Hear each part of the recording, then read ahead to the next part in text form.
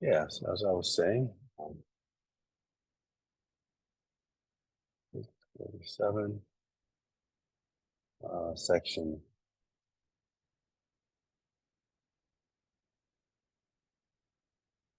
17241.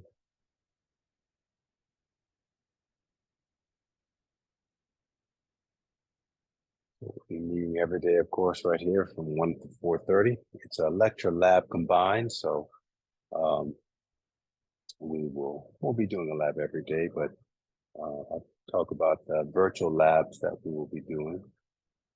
In fact, we have to talk about some logistics for setting up the class. So probably first things first, we need to download a Wiley Plus uh, app, which is I'll show you how to do that. There's some instructions in on the announcements there, but we'll open up the module and start that process right now. Also, the administrative assistant from the department will be emailing all of you within the next day or so. A code for Beyond Labs, which is the virtual lab software that we'll be using. Beyond Labs. So we have a code for you. You won't have to pay for that, but I'm going to have to require the Wiley Plus app. There's a registration that you have to. I'm going to require you to use, and that we do not have a code for that. So the Wiley Plus you're going to have to purchase yourself. So Beyond Labs is up for Z, and Wiley Plus.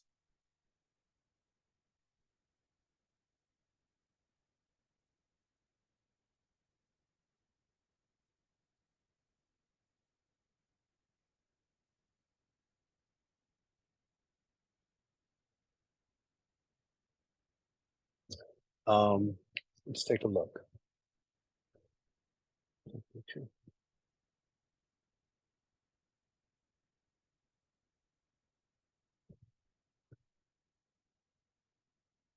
This is your class here. And yeah. So in our modules, let's take a look at the page there. So first of all, I'll be discussing this a little bit later in class. I'm going to start off by talking about a problem-solving technique. And we have a template that I'll be utilizing that I want to teach you, illustrate this technique. The template is essentially a problem-solving guide, but it also addresses technical aspects of problem solving. And it's a template that I've developed that basically establishes the language that I use whenever I'm trying to talk about problem solving and be illustrating this and using this language in class. So one of the first things we'll do is have a illustration of what this technique is, and this is where you can find the template in order to use it to work your homework problems. You can download a digital version or a hard copy, and I would suggest actually using it to work out problems. And we'll illustrate here momentarily. So that's one thing. But also,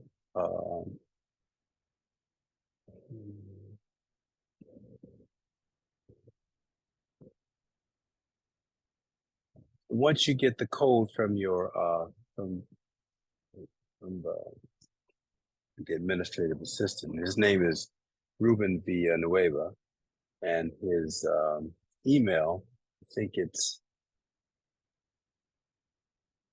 I'm gonna have to look it up for you. I can't. Nueva Row, I think, but I'll put it in the chat menu. But there's a little tutorial here where I'm going through and helping a student to set up TP Lab with the video here. I'm going to wait till you get the code, so we'll revisit this probably on Wednesday and maybe spend a little time in class. But just in case you get the code in the meantime, you can watch this video and go to beyondlabs.com, which will be here.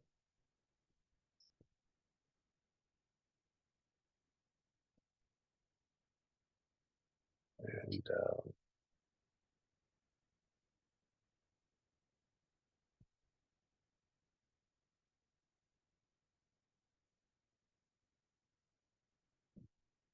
like a page like this, and once you're there, you can log in. We'll wait till you have the code, because otherwise you won't be able to see this. And we'll go through that again. Probably do that on Wednesday. But Beyond Labs is just a software application for a virtual lab, and that's how we'll be doing the labs this semester. Okay. And finally, the Wiley Plus. Let's go back to our page. So Wiley Plus. Wiley is a publisher, and Wiley Plus is just a online application that they use for LMSs that they use to help manage classrooms. They use Canvas as well, so it's one reason why I like them. But to access the Wiley Plus, do not go to the Wiley Publisher's website.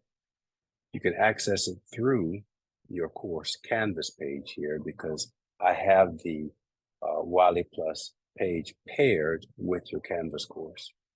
So on the left-hand side of the page there, you'll see a menu, and in that one of the few icons down, you click the Wiley course resources. When you do that, it'll bring you to a registration page where you follow the instructions to register for Wiley Plus. It's going to give you several different options. The cheapest option probably is like $72 for a semester. I use Wiley Plus for all of my calculus courses. Excuse me. So if by chance you're taking me other in previous subsequent semesters, or you think you might, or you might maybe purchase some of their other packages where they'll give you like a couple of semesters or a year or something like that. And in the long run, you'll come out to a cheaper version of the app. I think a year is maybe $120 or something like that. So definitely cheaper than buying 3 semesters or 2 semesters individually. So you will put in an email in your registration process, and it will send a code to your email. You retrieve that code, come back to the page, and use the code to activate the application. You can actually start doing it. So you're going to have a couple things. Here, you see the course resources. Of course, you won't have instructor resources, but you will have a practice page. And this is the book that we'll be using, which is Haldane Refn. It's what I call it. It's a classic book, been around since the 40s and the 50s. I think this is the version 11. I think they're up to edition 13 or 14 editions. But I had the same book when I was an undergrad in the early 80s. I had like the second edition of this book. So I'm very familiar with the book. It's a standard book, and this is what we're using for our class textbook. Okay. Come back here again to the page, and we'll take a look at the syllabus for this class. Yeah. So here you see the ebook that I just showed you, The Fundamentals of Physics by David Halliday and Robert Refn. Classic book. I also have suggested a supplementary text here, Sears and Zemansky's University Physics. It's actually the book that I used to use during the face-to-face classes, but it's a nice textbook. They're up to like 15th or 16th edition now, but you can find any of the cheap versions, 13th, 12th edition or whatever online on Amazon. It's nice, a reference text to have. The prerequisite for this course is only Calculus 1. You may be taking it concurrently. Some of you may have already taken several other courses, calculus courses. So make sure you got that covered. And we'll be going all the way through. Actually, I need to adjust this a little bit. We're going to probably go through, get to waves. So we're going to do oscillatory motion and then either 1 or 2 chapters of waves. Got to get a little bit more material in than what's here. So we're doing probably up to about 14 or 15 chapters this semester. So we're going to be going at a pretty nice clip. My office hours are generally right after class every day, and you can schedule other times with me on Friday mornings or any other time that's convenient. I have an 8-week Tuesday, Thursday class starting in October, but until then, Tuesday and Thursday mornings are actually good to the scheduled time. But ideally, people just stay after class usually if you can, because that's when questions are fresh. I know that you have work schedules and other things, work schedules and other things, so I'm willing to schedule time with you at your convenience. Attendance is mandatory. I know people have a lot of things going on, and so I'm trying to be pretty flexible with students as far as attendance, but technically it's a mandatory. The mode is not an online. It's online, but not completely online. So the classes are mandatory, just like it were as if it were a face-to-face class. We talked about lab. It's going to be virtual labs. We'll have anywhere from 7 to 10 labs this semester. We won't be doing a lab every week, and it'll be a virtual lab. Homeworks, they will be, yeah, so switch back over here to page. Once you go to, actually, let me do this. If you're within the modules, scroll down. I think I have one homework assignment already assigned and a quiz.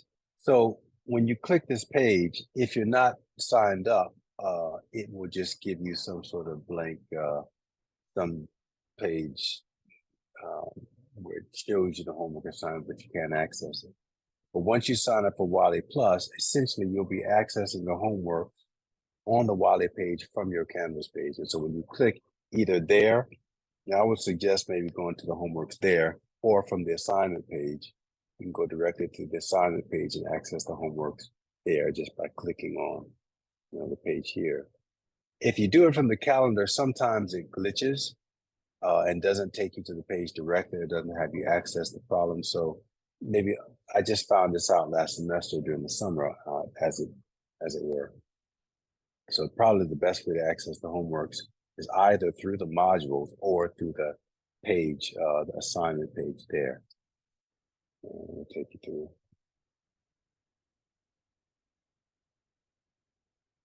So the labs and homeworks, you want to try to get the homework done, but I do drop one lab and one homework grade. Sorry, one quiz and one homework grade. Don't always drop a lab out, but one homework and one quiz. The lowest one I generally drop, but try to get them all in so it helps grade. And yeah.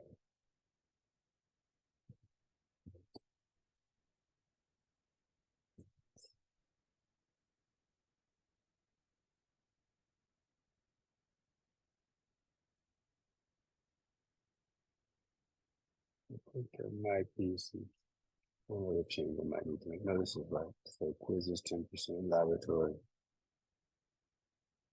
15. All right, so no discussions there. Yeah. Yeah, so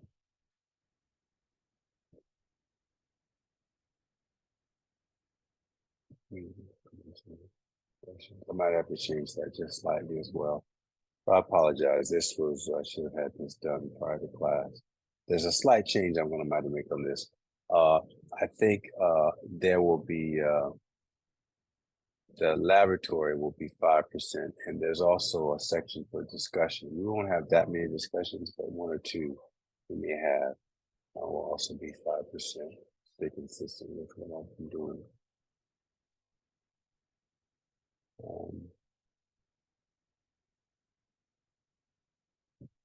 Yeah, I'll get that straightened out.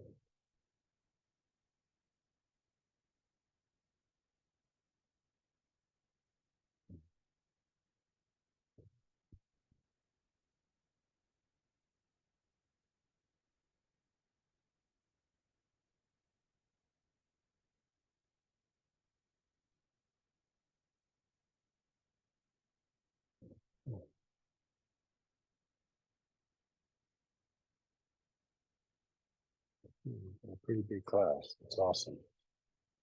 Before we go any further, I would like to get introduced to you, if you would. And one way as an icebreaker we can do that.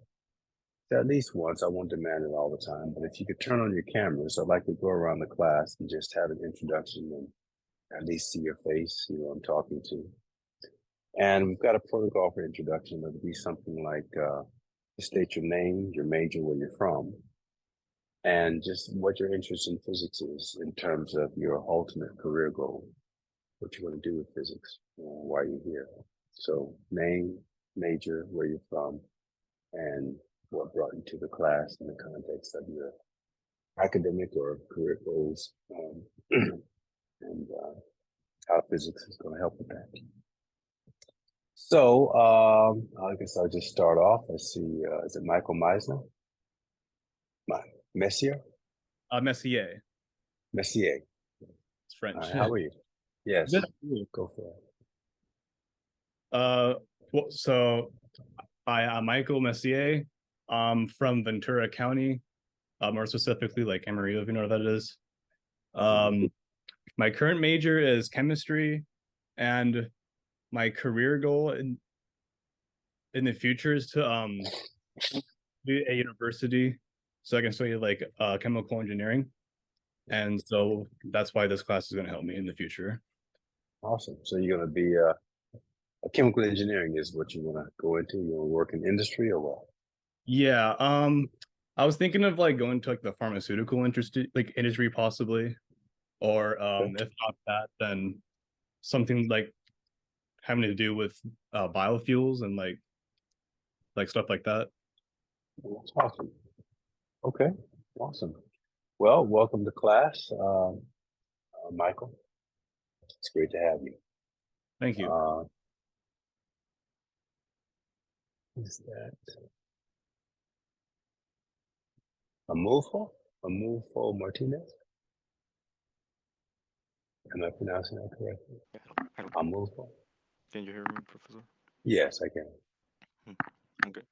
So I'm I'm Arnulfo. I'm in the Los Angeles Southwest College. I live in South Central. I'm taking this class because I want to be a electrical engineer. Okay, electrical engineering. Okay. Well, welcome to class, Amulfo. You're at Southwest. You're a Southwest student? Yeah, at Southwest. Okay. I live here in South Central. Oh, awesome. Awesome. Welcome to class. Let's see, is that K. Michelle? Am I pronouncing that? Michelle? Mechelle? Okay. If you're speaking, you might need to I don't know if you're speaking, but your mic is your mic on? Yeah. You don't have a mic? So you can respond in the chat if the mic's not working. Let's make sure. I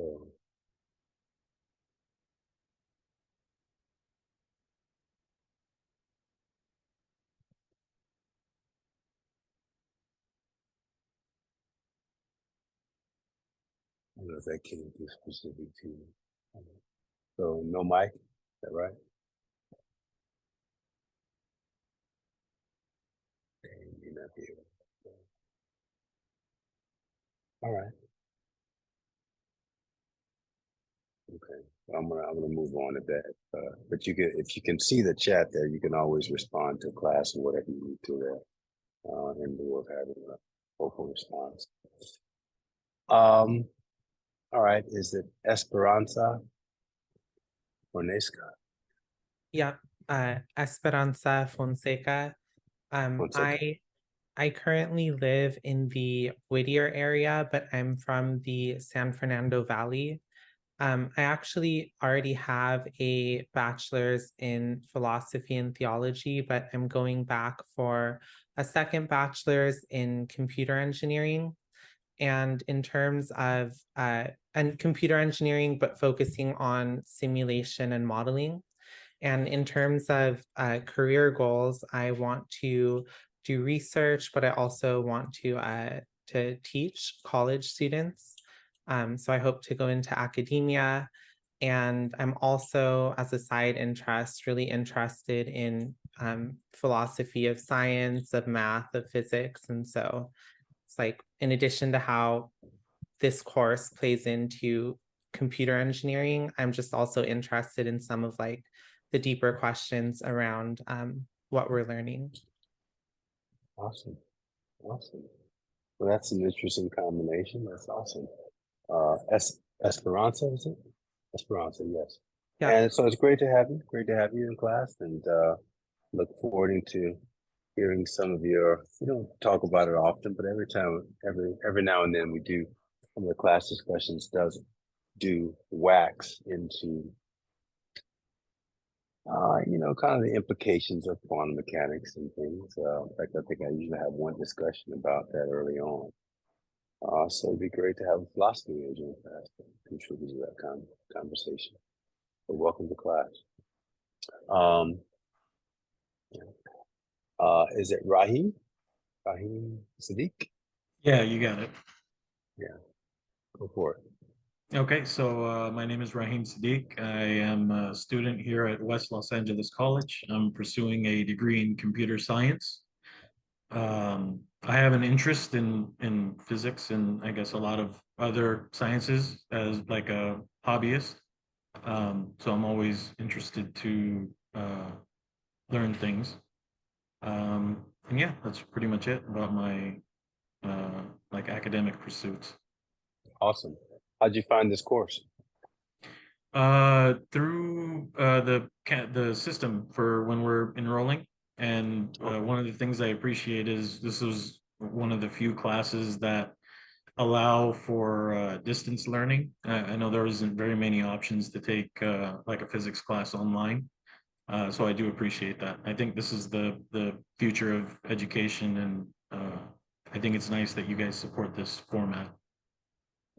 Yeah, it's I was really into it. Back in the day, I wasn't, before COVID, I wasn't so keen on online classes, particularly for the higher level courses, but we were forced into it. And I had actually begun to learn a little bit about the learning management systems prior to COVID, but I was already certified and everything, so that helped. And I agree with you. I think it's the future. I've got a student this summer, and I think he's continuing on with me for Physics 38 this semester.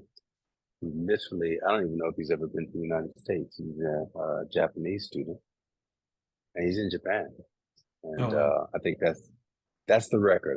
It's been, over the past couple of semesters, it's the farthest away. Students I've had that's been the farthest away. And he's like, I want to say they're well, I think when it's 8 or 9 o'clock here, it's like 1 a.m. there. So, and they're ahead of us. Yeah. That's really Yeah, it interesting. creates opportunities where they're otherwise they wouldn't be available. Yeah. Well, yeah. Well, welcome to class. Thank you. Raheem, and look forward to working with you over the semester. Thank you, sir. Likewise. Arkady? Welcome. Glad to have you. Sorry, done on move forward already, I believe. Yeah, and Joel Steyana? Yeah, my name is Joseph. My major is civil engineering. And I currently go to CSUN. CSUN? Okay. So you're gonna be an engineer? Yeah. So cool. Well, welcome to class. Fun trivia. I was a civil engineer in my first semester in college, but honestly, I was a little bit intimidated with physics, and so I chose engineering. But I realized the first couple of years, you got to do a lot of the basic courses are the same. So I was going to be working like that. I might as well be in the major if I wanted. So I think I switched to physics by the end of the semester. I never looked back. I guess I didn't do myself. So yeah, I'm Brian Gamble. I'm originally from South Carolina. I went to undergrad at a institution called the Citadel, which is a military college in South Carolina, majored in physics. Back then, I was really interested in, thought I would be going in the military. I wanted to fly planes and was interested in the space program and all that. Turns out that didn't quite work out for me. Didn't end up going in the military in the end, but I did major in physics and worked a year, then went to grad school and got a master's at North Carolina State in physics up in Raleigh, North Carolina.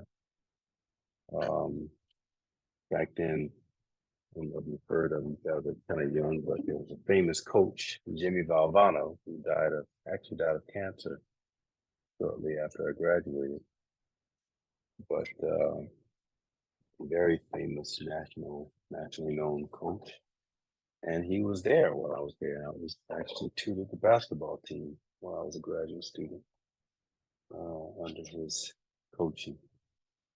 Anyway, I came out, worked a year as an instructor at a small college in South Carolina down in Myrtle Beach, and ultimately decided to go back and get my PhD from Clemson University, which I did and graduated in 2002.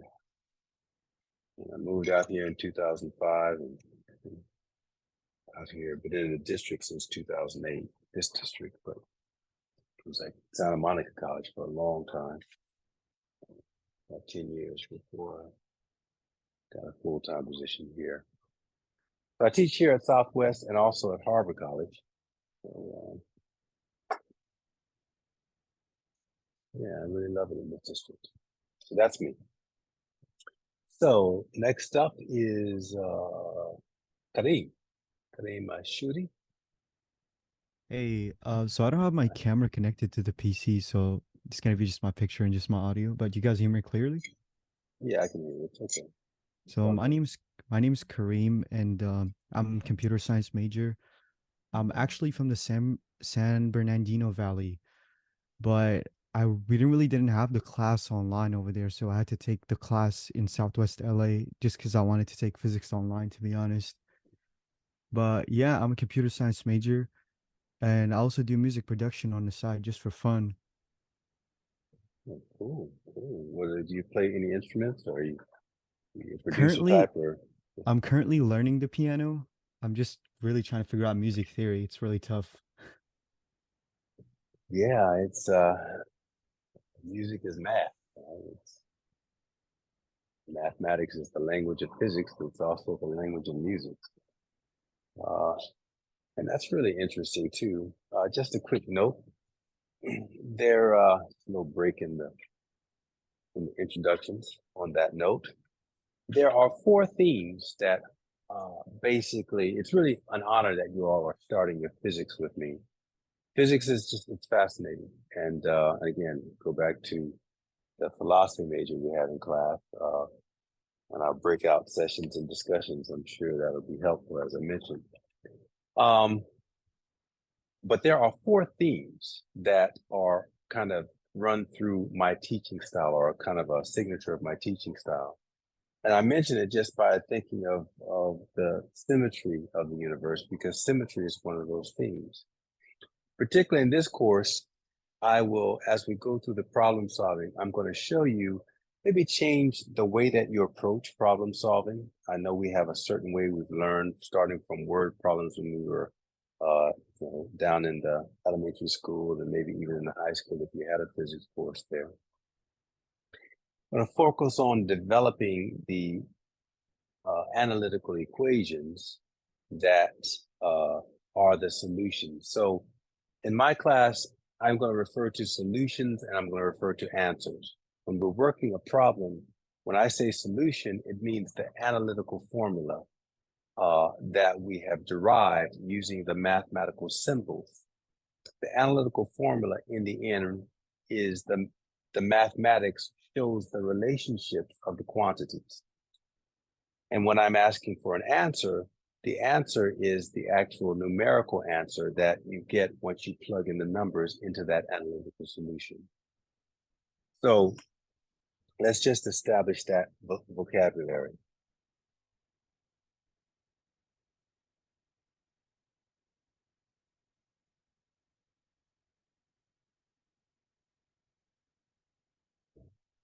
versus the numerical answer.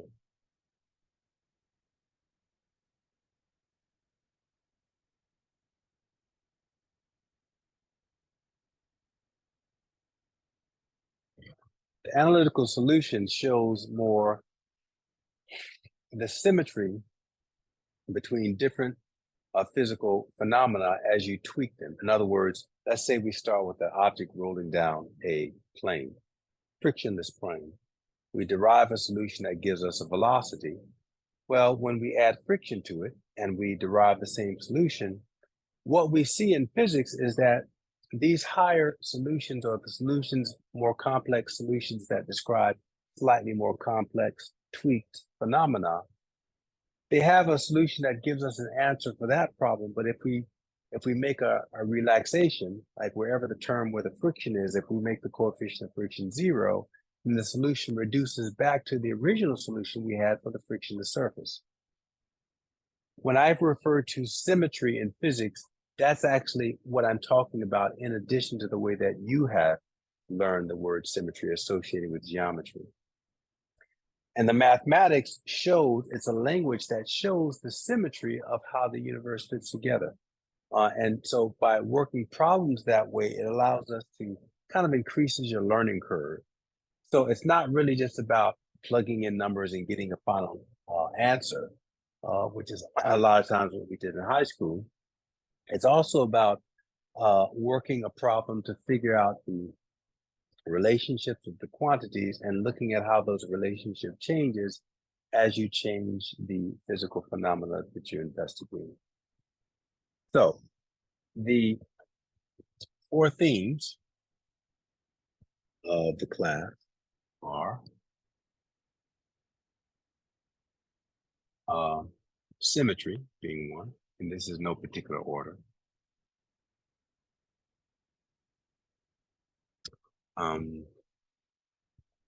Technique, as in problem solving technique.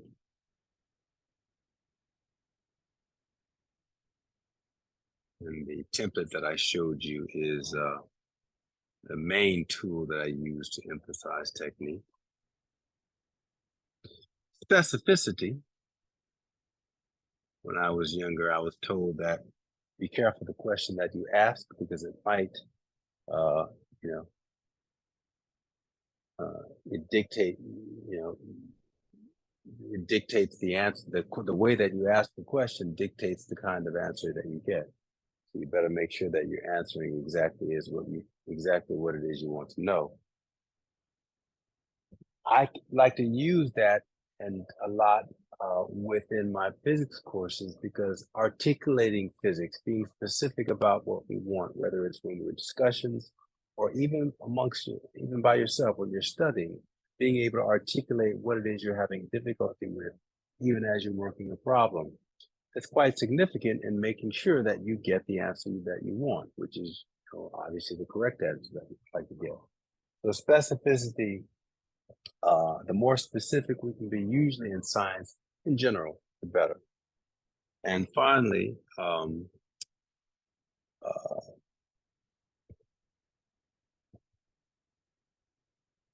wow, just drew a blank.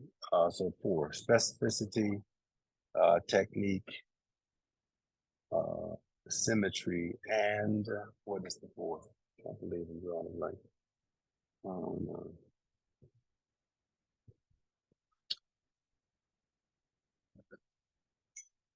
Let me pull my notes up. Oh yes. Perspective. Perspective is the 4. Well, perspective is quite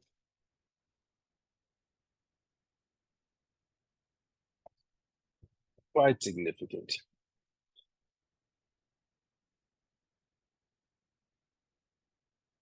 I usually illustrate perspective with this little story.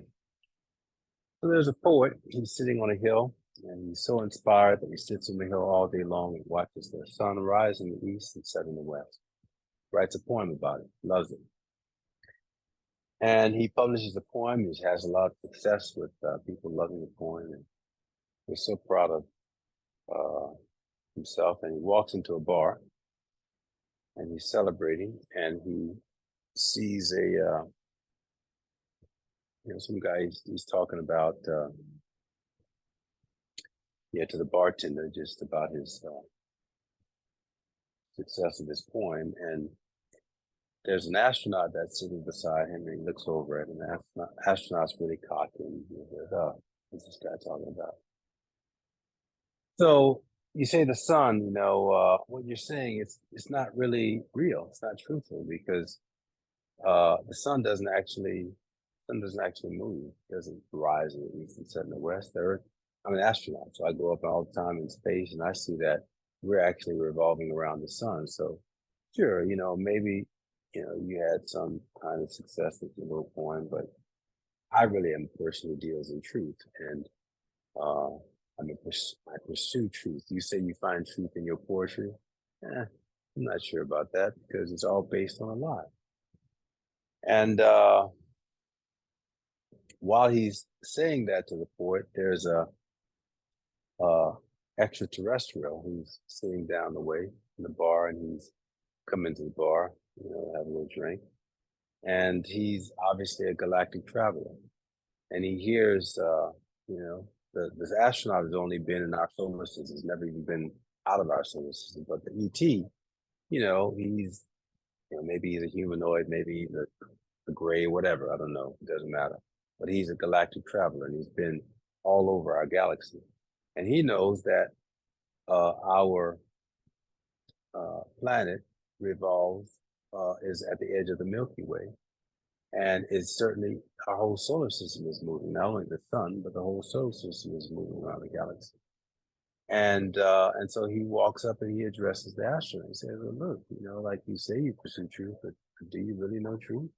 You say the sun doesn't move, but it does. Like, you guys are like on the edge of the galaxy, and you don't even know that a whole lot of all kinds of civilizations in the middle of your galaxy around the black hole. And you guys are like out in the, you're like country bumpkins out in the edge of the galaxy, and all the really interesting stuff is going on in the, light years away in the middle of the galaxy. And you can go on and on, right? And there's some higher order being who's probably in some other dimension who also kind of, zips into the bar, and he says, well, that's true too, but, it just goes on and on, right? That's the point. So what's truthful? As a scientist, we try to find, and we're in pursuit of truth. But one, there's other ways that you can pursue truth. People pursue truth or try to, have been doing it for eons through philosophy and religion. And what is truth, and how do we find it? Well, it kind of depends on your perspective. You'll see next semester, at the end of the next semester with E&M, we're going to study Einstein's relativity, special relativity, at the end of next semester. And that actually is one of the things that's addressed in that law. It's not just about motion and relative motion. It's about the relative laws of all of physics for two coordinate systems that are in motion relative to one another. And that is that idea is a fundamental property of our universe. Truth depends on the perspective by which you analyze it. So is there really any absolute truth? Not sure there is. It depends on your point of view. And that's a really uncomfortable thing for a lot of people to deal with, particularly when we bring it back to earth and we start talking about things like politics or this or that, or, one person is right, that means the other person is wrong. It seems like, and we call that dualism actually. And that's actually something that kind of is essentially what classical physics, what we're studying, is based on: right or wrong, absolute right, absolute wrong. The fact that classical physics assumes that all particles are independent of one another and only touch or only interact when they touch. But when you start to get into quantum mechanics and particles, what the fabric of the universe is really like, what we realize is that that's not true, is that the whole universe is nonlinear and everything is always in interaction with the other thing. So you really can't talk about absolute values. It's a fundamental inability in one of the basic postulates of quantum mechanics, which is trying to explain everything, which is that you can't really make absolute measurements of anything because everything is all relative. So we'll talk about that more and more as we proceed. But although all of these four themes are equally important, and you probably have heard the words and heard them applied in ways that that you have up to this point. I think we can talk about them in a way that give you some insight in these themes and it offers some points of view that maybe you haven't thought about in the context of how we would discuss them. Okay, so let's get back to a couple more. Well, I want to demonstrate the physics problem solving template, PPST. Oh, by the way, we usually do a break about an hour and a half in, so let me check the time.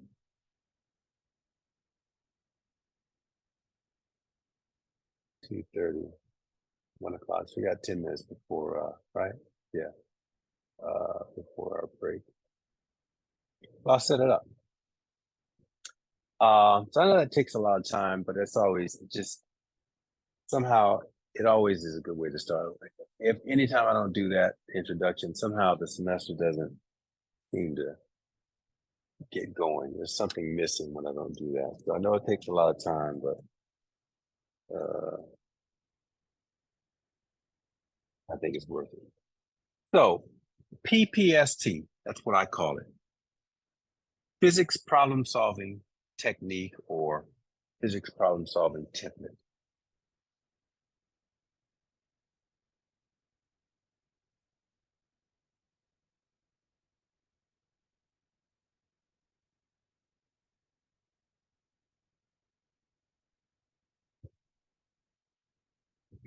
You remember back in high school when you started doing word problems, maybe, or even maybe middle school or elementary school, it was the first time I had them, the word problems in the math book. It's always kind of a lot of, at least when I was coming through, there was anxiety associated with those problems. Oftentimes, you even feel it from the teacher, right? And a lot of times people just kind of skipped over them, didn't really do much of them. But you remember how it went. In the West, we are taught by rote, R-O-T-E, memorization. We memorize everything. So even in the way math books are written, oftentimes conventional math books, that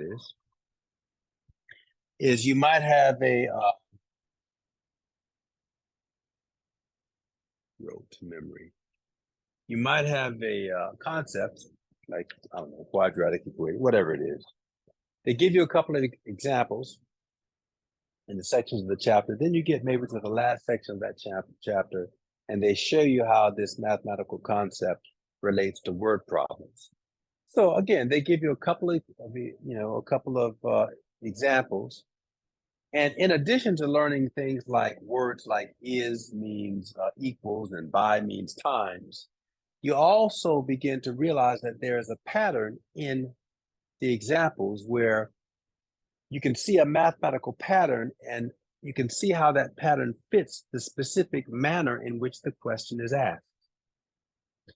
So if you're really good at figuring out patterns, you kind of associate the mathematical procedure with that pattern. And the mathematical procedure is the setup. It's the way that you're setting up that mathematical concept. And maybe another example might come from a different point of view. So the question is slightly different, but then you can also see there's kind of a pattern that's associated with that question as well. So fine, you got those examples, or 2 examples, maybe 3, and then you start working the homework. Well, like most math books, they give you 3 examples and like 30 problems, or 40 problems, right? A section. And you start working the first couple of sections, first couple of problems, that is. And fine, you read the problem, you see the pattern. It's almost like you're not even thinking anymore because you can see how that verbal pattern fits the mathematical, path through the problem. But then you get to the third or fourth or maybe the fifth problem, and you read the question, and it's as if the question wasn't even in that section. Like it doesn't even sound like, it's from a, basically what has happened is that they've switched perspective, and it doesn't fit the pattern, basically. And so you're stuck. You don't know what to do. At least I didn't have any idea what to do. And as you move on to the next homeworks, none of them fit the basically the only problems in that whole section that fit the pattern of the examples were the first couple of problems. And it's frustrating. You don't know what to do. And if the teacher hasn't taught you, then you're just stuck. So that is an example of how, in general, we are taught in the West. We are taught to memorize patterns or things, vocabulary words, times tables, whatever. What we have to now learn, if you haven't already started, is higher order thinking, how to think analytically. And what is required to do that is to also begin to not only think about the problem and the mathematical or physics concept that you're studying, but as you are working a problem, you need to become self-aware. That is, you need to think about how you are thinking. That's called metacognition. You need to try to become self-aware of your thought process so that you understand how you are mentally applying yourself to a problem, and you will begin to find patterns in your thought process, patterns that are innate to you. And becoming self-aware of those patterns means that you will then gain control of your thought process and be able to manipulate it in a way or change it in a way to maximize the efficiency.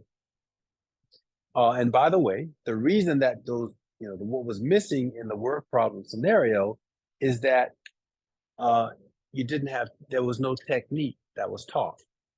That is, you could only do a problem that you had already done before. And if you come up to a problem that using the same mathematical concept and it's applied to a physical situation or a problem that you've never seen before, then you don't know how to do it.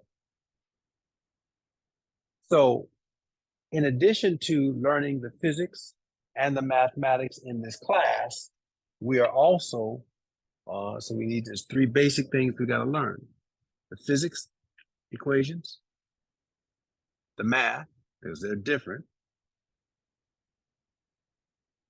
but technique is the thing that's going to allow you to be able to combine those two things and figure out something that you don't know how to do when you're initially reading.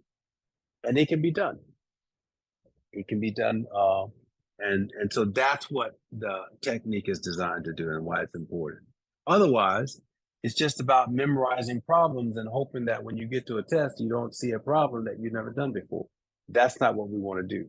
Now, that might work even in AP physics. If you're really good, you just do all the problems. And the tests are kind of designed that way, right? They're getting an A, an A versus a B. And that, even in those kind of classes, it's really just about how much energy and discipline you have to work. And if you can do the work, but there's another level. No matter how many problems you do, the idea is that, you will come up against something that you've never seen before, and you need to be able to apply physics and mathematical principles to that situation and be able to figure out the problem. So the learning technique will allow you to do that. So physics, mathematics, and technique.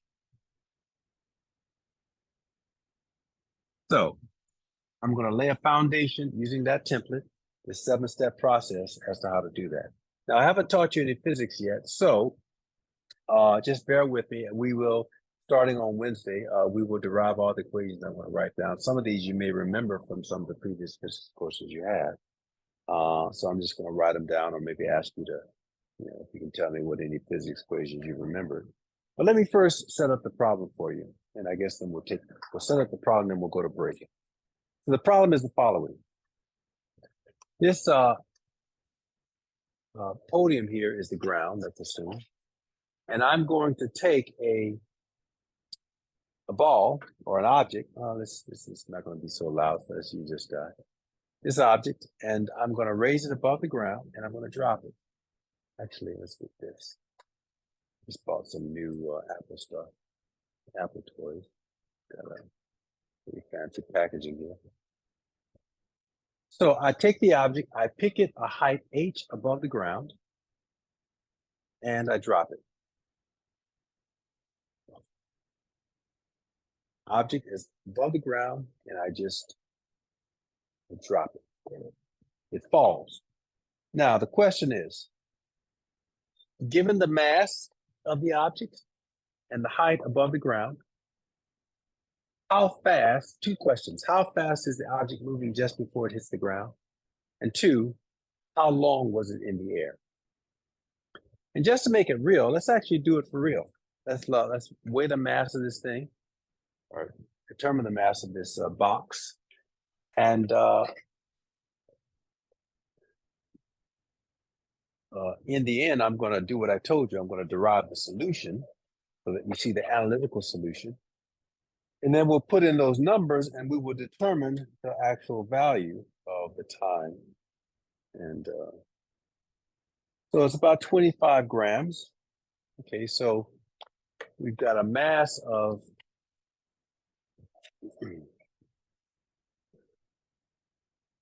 a mass of 25 grams. M equals 25.0 grams is raised or is dropped from a height of, I don't know, that was about 40 centimeters. Let's see, it is dropped.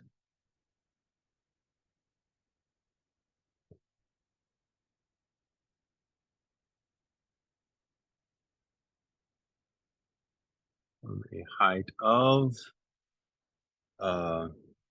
h equals, I don't know, I had it about this high, so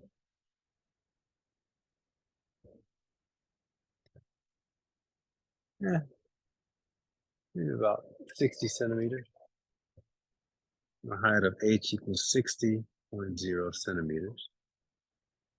So two questions. One, what is the final speed just before the object hits the ground? So V final.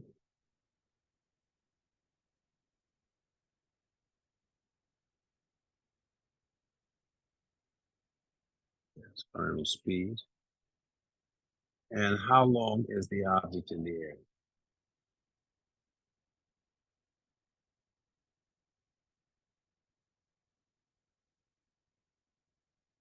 So basically the time to fall. So T, time. Yeah, all right.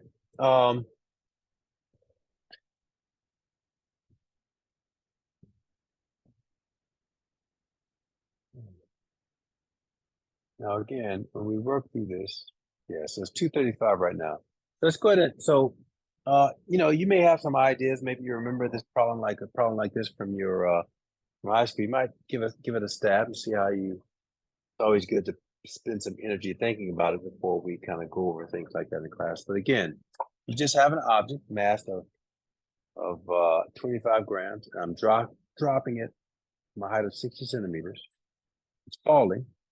Now, obviously, when it hits the ground, the velocity is zero. So we're talking about the infinitesimal time just before it hits the ground and comes to rest. The object is going to have a certain speed. And so we want to calculate that, and we want to calculate the amount of time that the object is in the air. Yeah. Actually, before you go, why don't we see if we can get a couple of equations that define just what you remember from high school. Does anyone remember any equations at all or any physics concepts that about motion and objects falling from any physics course that you might have had? Anyone? Oh, Maximiliano, you're back. Let's do you before. Yeah, let's have you discuss before you go. Let's just go ahead and get that out of the way. So is your stuff working now? Are you good? Yeah. Introduction? Yeah, introduction. Yeah. All right. Hopefully it turns on now. All right. Hello, Yeah. everyone. My name is Max Emilian, but for sure I go by Max. I am a math and physics major who intends to transfer soon, thankfully, to study mechanical engineering. My home college is LASC, and I've been here since the 10th grade, so I do have a lot of time here. And yeah, that's pretty much it. So you went to the high school there at LA Southwest? Yep. Awesome. And you're a Mhm. physics major. Yep. Wow. Math and physics. That's awesome, dude. So you're not going to stick with physics? You're going to switch over to mechanical engineering once you go to grad school? Yeah. For the Okay. reason being that, like, to get a good job in physics and get into those research positions, you need a PhD, which Yeah. is honestly a lot of work. And I want to get into the field and start working and making money, you know? So I want to say Sure. that mechanical engineering is the compromise between time and money. Because, you know, in the field, I do believe I'll still be utilizing physics, you know, I'll be studying motion. So I think I'll get a little bit of everything going into that. Absolutely. Absolutely. You certainly will. Well, you know, it's always good. Of course, I love everyone in class, but it's always nice to physics majors are few and far between. So it's always nice to have one in class. And also it's great that you're at the came from high school over there. That's really great. So thank you so much. Great to have you in class, Maximilian. So I was saying Maximiliano. Is it just Maximilian? Maximilian, Maximiliano, or just Max. Okay. People call me different things, you know? Okay. Yeah. Cool. All right. Yeah. Awesome. Awesome. Well, yeah. Before we let you slide over the break, anybody remember anything about physics, any kinematics equations, anything? No. So has anyone had physics before? Don't think I asked that. Has anyone From had physics in high mathematics, school? like velocity Yeah. is what speed over time, or That's uh, true. Yeah. the force, the equation for force, Newton's law, stuff like that. Okay. Yeah. Yeah. Yeah. And the equations of motion that are what we're going to apply specifically to this problem. And there is a table on velocity. I've never had physics. Okay. HEC. This is the velocity. Yeah. Okay. So, all right. Well, that gives me some idea. So, well, these equations, if you don't remember any specific ones in terms of motion, these may look a little unfamiliar. I'm not sure, but we definitely need some. And again, we'll derive these and talk about where these equations are coming from. But for now, I'm just trying to focus on the technique itself. So what I'm going to teach you is that this is a specific kind of motion called free fall motion. And we will derive equations of motion initially from mathematical definitions. Eventually, we'll do it from calculus and Newton's law using integration and calculus, but that's a little bit later on. We're not going to jump into the calculus just yet. And these equations define the motion of objects and allow us to predict the motion at future time. The relationship between position, displacement, acceleration, time, and speed or velocity. And I'm just going to write them down. The equations for free fall motion are the following. Now, really, the equations of motion are just equations of motion, but then I group them into certain categories of types of motion. Linear motion, general, meaning either constant or accelerated motion, like when you're moving along the highway in your car. General motion in the y direction, which would be like a helicopter moving up, or like which could move up at a constant speed or accelerated motion, any type of motion, basically the same type of general motion in the horizontal direction, but that motion acting along the vertical direction. Then we have a very specific kind of motion, which I'm calling free fall, which is in the vertical direction, but it's when it doesn't have any other force on it other than the force of gravity. That's a specific kind. Like in a helicopter, you've got thrust and gravity, right? So it's moving. It can have any kind or a plane that's, a jet plane that's moving straight up, or even a rocket, or a bird flying, maybe, I don't know, like something that has a force on it other than the force of gravity is what I'm calling as general motion. But this motion, when the object is dropping, the only force, assuming that we're not considering drag and air, we're assuming it's in a vacuum, the only force on the object is the force of gravity. That's a specific kind of motion. And there are others. There's, if I were to throw it, like a football or something, that's also a kind of free fall motion, but it basically has motion in the X direction as well as the Y direction. And we'll talk about the differences in that motion and the others, specifically the free fall. So free fall motion is just when the force of gravity is acting on, that's when I refer to that, that's what I mean. It's vertical direction and only the force of gravity acting on the object. So for free fall motion, there are certain criteria, and that criteria is that the acceleration, that whenever something is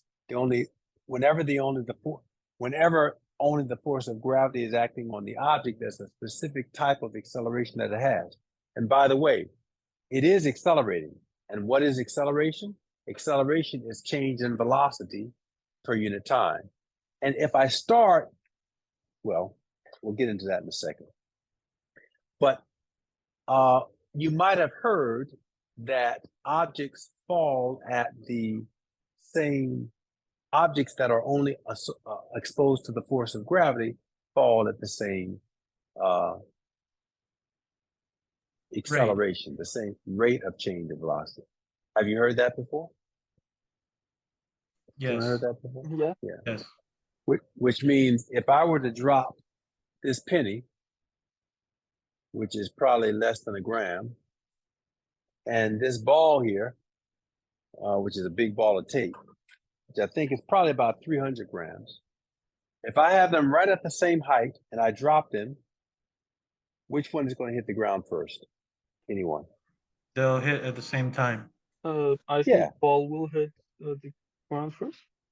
Who says that? Who's that? Who's saying Hike. that? Hike. Hike. Okay, so Hike says the ball hits first. Raheem, I think, said that they hit at the same time. Anybody else? I believe they land at the same time as well. Okay. Max, Yeah, it's Max same says. time. So how many people same time? Raise hands. Or you can raise it through the look. Do you know the thing, the reactions there? Because that does help me actually.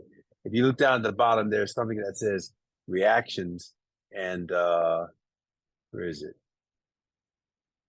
Yeah, and it has like you can raise your hand and thumbs up and all that stuff there in the reactions thing. So good, yeah. So got quite a few people, at least 7 or 8 that maybe close to 10 that say hit the same time. How many people said that the big ball we hit first?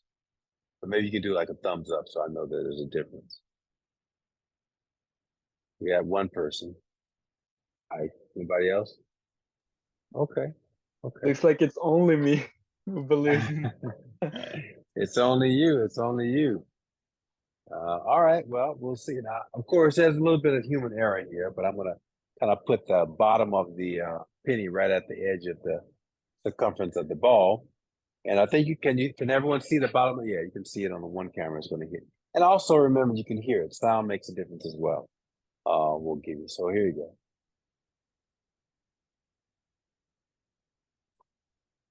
Oh, yeah. Well, I had a little bit of error in there. I think I might have dropped the object before, but it was very close. Generally, what we do with something like this is we do several, you do several iterations, and then see over time how it squares up. I'm going to use maybe something because this thing is kind of heavy. And I've got a little box here that might be a little bit better. But this box, it's not 300 grams. I know this penny is not even going to show up on my little kitchen scale. But this box probably will give me something. Yeah, the box is 60 grams. It's not going to be it. catastrophic in the fall. But we do it a couple times. Okay, so here you go. Kind of gauge it a little better as well. Yeah, I think I'm dropping it. The penny is actually, that doesn't make any sense. The penny is actually hitting first because I think I'm not dropping it so well. Let's try it like that. I think it's better than doing it. Oh, that was a good one. Yeah. So I think you can, even if I get higher, it's not going to be much discrepancy. Apple stool here.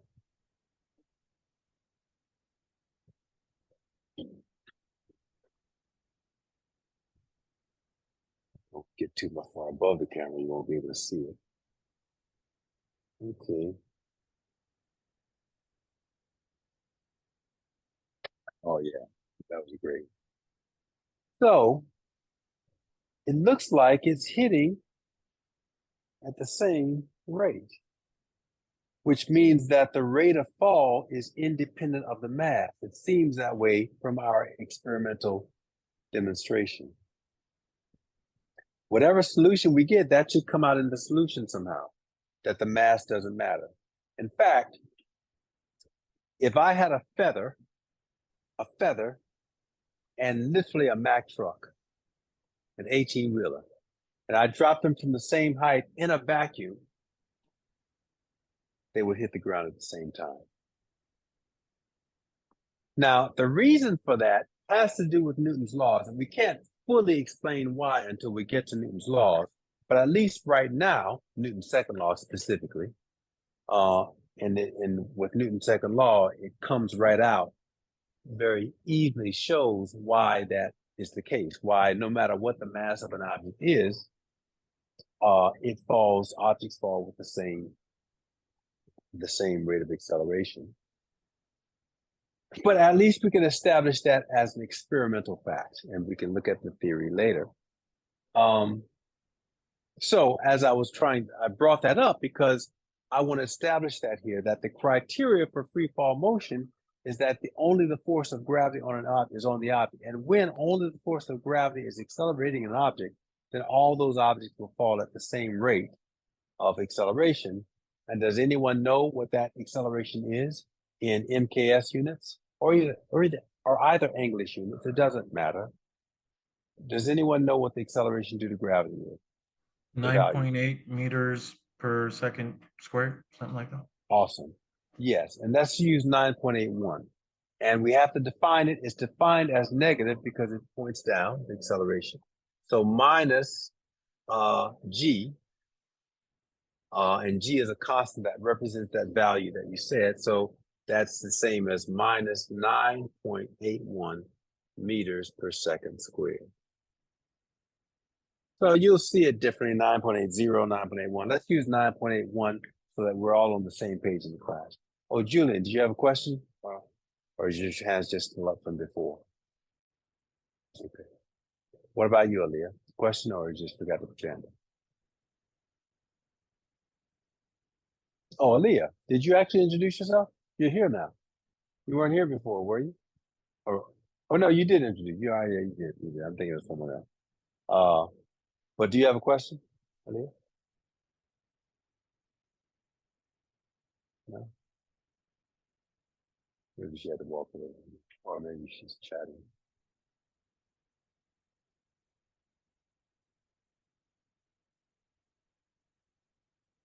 Yeah. Let's test. Yeah, we did. Yeah, so in these equations, G represents this value. So the first equation of motion is the velocity equation. Velocity, that's the one you learned in high school. But we can't just say velocity equals distance. We got to kind of make it a little bit, I'm going to expand it a little bit. Actually, yeah, so final velocity equals initial velocity. Now I'm going to make it in the y direction, so this subscript means y, and y naught means initial. So v sub y is the final velocity, v sub y naught is initial. That's another thing that people have to get used to. You have all these little symbols, you got to know what they mean, you got to figure out how to use them, how to make them for yourself. But you just practice and you get there. But it is necessary. We can't just use the little simple symbols that we used prior to coming to this class for physics. So minus gt minus acceleration times time, that's one equation.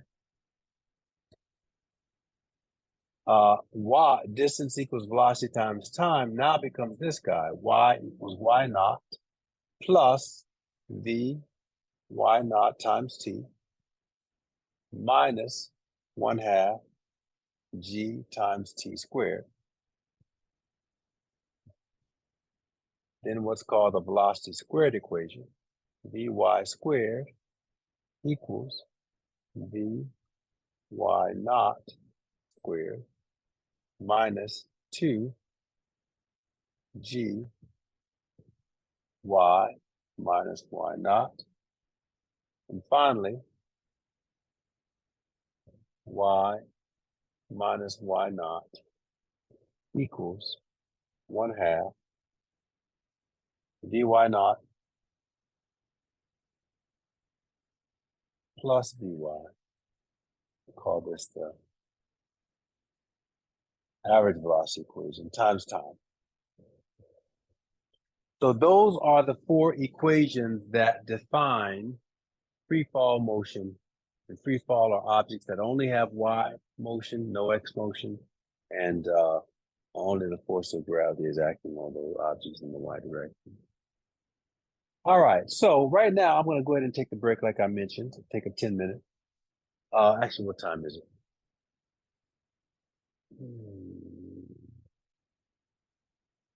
53. Yeah, let's we can come back at 5 after, so it'll be a little bit over 10 minutes. And then I'm going to proceed in describing the steps of the 7-step problem technique template there, and explain what those things are so that you have a means and a foundation for problem solving that we can then move forward with. And again, it's not so much about the physics here and it's about the technique. So we need to have something to work with. So pardon me for just writing down these equations without telling you, without deriving them, but we will probably on Wednesday, the first thing we'll do is go through and derive the equations of motion, and then I will fit them in the categories of this free fall, the different types of motion that I described. But I want to establish this fundamental technical approach to problem solving first. All right, so let's take a break. We'll come back at 5 after. Okay, sorry. It took a little bit longer than I planned. Okay, let's get back to this.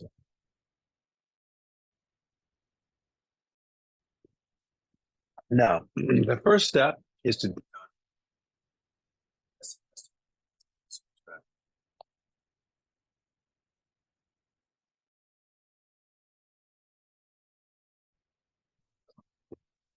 that's it.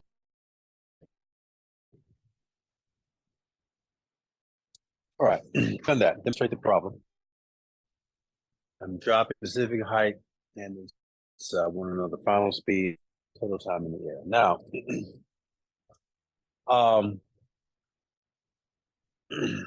the first step is demonstrate. And so the second two, and there's two types of information. Explicit information, what is explicitly stated in the problem, and implicit, which is information that is implied by the manner in which the question is being asked. Obviously, the explicit information is the math, the height, and that's it. So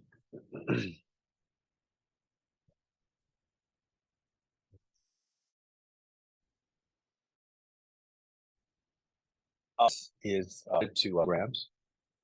So conversion, we'll talk about how to do that formally, but I'm sure you could probably do that in your head. We'll review dimensional analysis as well as a few other mathematical concepts, but it's going to be 0.025 kilograms. And the height, which is the initial position, y naught is equal to 0.600 meters.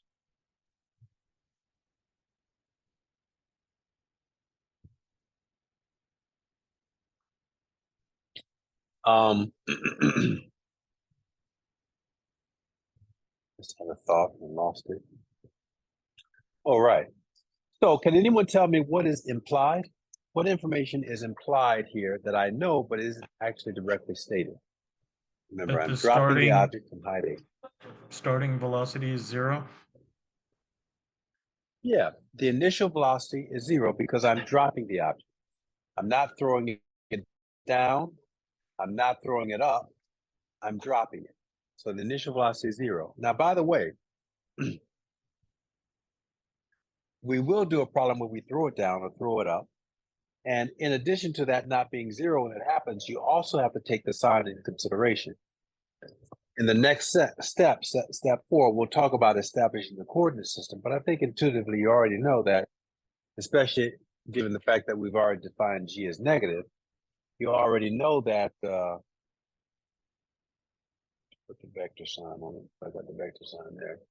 That down is negative and up is positive. So for all the vector quantities, we have to take the sign into consideration.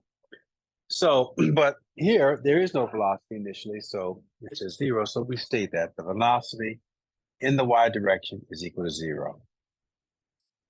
And we've already stated the other piece of information, that the object is accelerating. Acceleration will define as change in velocity.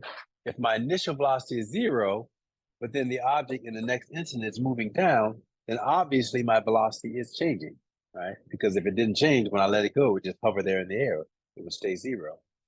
And if you actually evaluate the motion, you see that it's changing in a constant rate as it moves down. So it is accelerating. That's literally the definition of acceleration.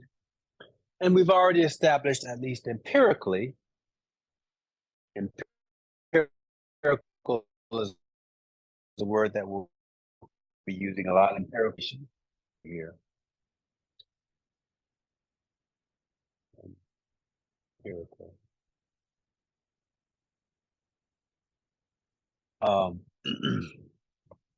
Acceleration is 0. Acceleration is equal to negative g. I'll just deal the magnitude here. Oh, well, actually, sorry. Yeah. All right, so that's steps 1, 2, 3. 1 through 3. We demonstrated, we got all the information we need there. There's another little piece of subtle implicit information, but we'll talk about that in the next section here as I establish the coordinate system. Let's move on to that. Step 4. Step 4 says sketch and diagram, and the subcategories under that are choose your origin,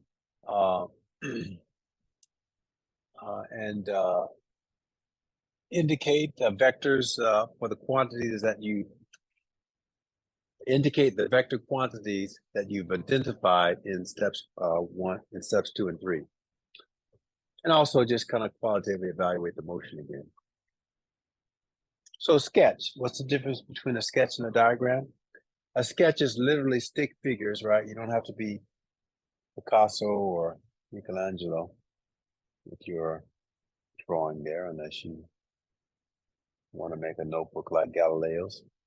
But it can just be very simple drawings there. So this is representing ground. It's supposed to be a plant.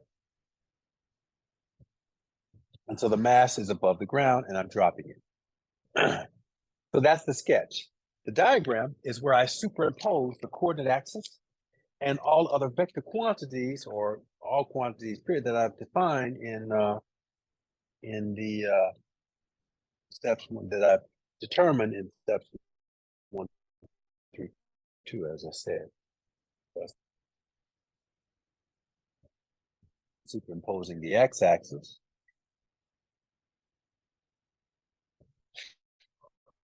Now, my initial position, y naught, is here. That equals h. My y final is 0, ground. My initial velocity is 0, so I can put that in. The y naught is 0. I like to put a little maybe stick, at perforated figure on down to the ground, just before it hits the ground. So that's the mass down there, and the velocity that I'm looking for is the velocity at that point just before it hits the ground. So that's the V final right there. So that's looking like a problem, looking like a physics problem. It's a good setup. So that's one of the unknowns. I might, put a question mark or put, you can note that up there in the information. Sometimes, quantity that you're looking for, it's getting a little cumbersome. Then we'll take it off. And also the time. Well, time is not a vector, it's a scalar quantity. But I still might kind of represent some position, somehow indicate the between two positions. Why, indicate with these brackets that that time is the time between points y naught and y final. So that's what step 4 would look like as completed. Now, I just mentioned a word for a couple phrases here that I want to digress and actually define, and that was a scalar quantity versus a vector quantity. Anybody? Kimberly, or did you? I don't know if you have a microphone. Maybe you didn't. But anyone, what is a scalar quantity? Amufo, you want to answer that? What is a scalar quantity, and how does that differ from a vector quantity?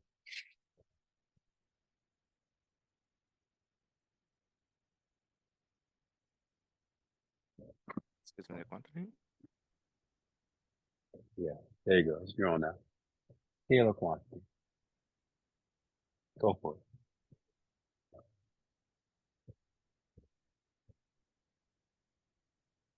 What? Did you say something? No, I'm not sure. So scalar quantities. No, I don't really Have remember. you heard of these? Okay. Sean, you want to help him out? Sean, didn't it? Oh, Max? I think someone answered it in the chat. It's What did it? vectors are directional and scalars are not. Yeah, who's this? Thank you. Yeah, that's good. Yeah, well, Esperanza as well. Awesome. Vectors are. Let me kind of sick this up so I can see that. There you go. Yeah. What? Both of you are absolutely right. Esperanza and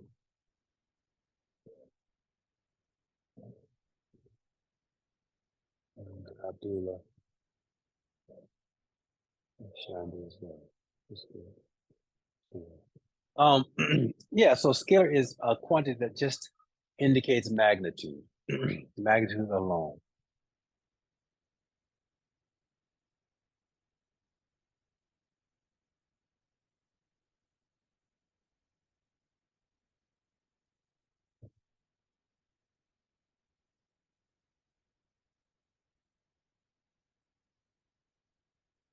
Examples are time, energy,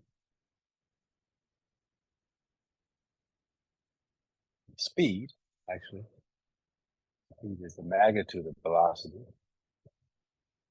And mass. All those are non-directional and just indicate magnitude. A vector quantity, all quantities that are directional as well. So If it's a quantity, certainly it has a magnitude. So directional meaning both magnitude and direction. And certain force is a vector quantity, and we represent force with certain types of the vectors with certain symbols, either boldface or arrow above or arrow below. So various symbols we use to represent force as a vector. Arrow below or a vector quantity.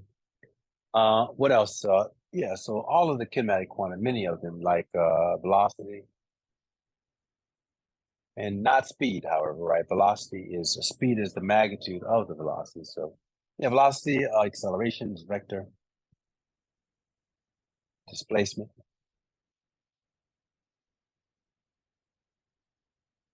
And position. Position itself is also a vector quantity. Speaking of displacement, I alluded to some implicit information earlier. We can now take a look at that.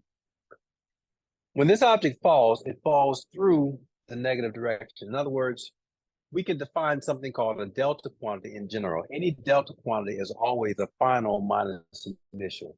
That's the way it's defined. Final minus initial.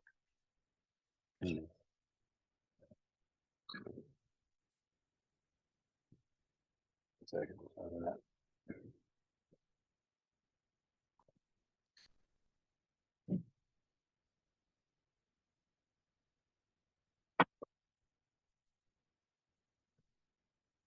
So when I'm falling from the initial position to the final position now,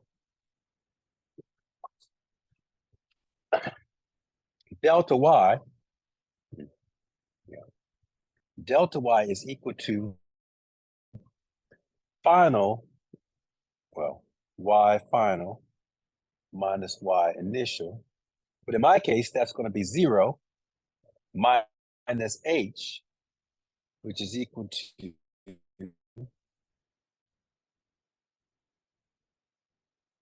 minus h.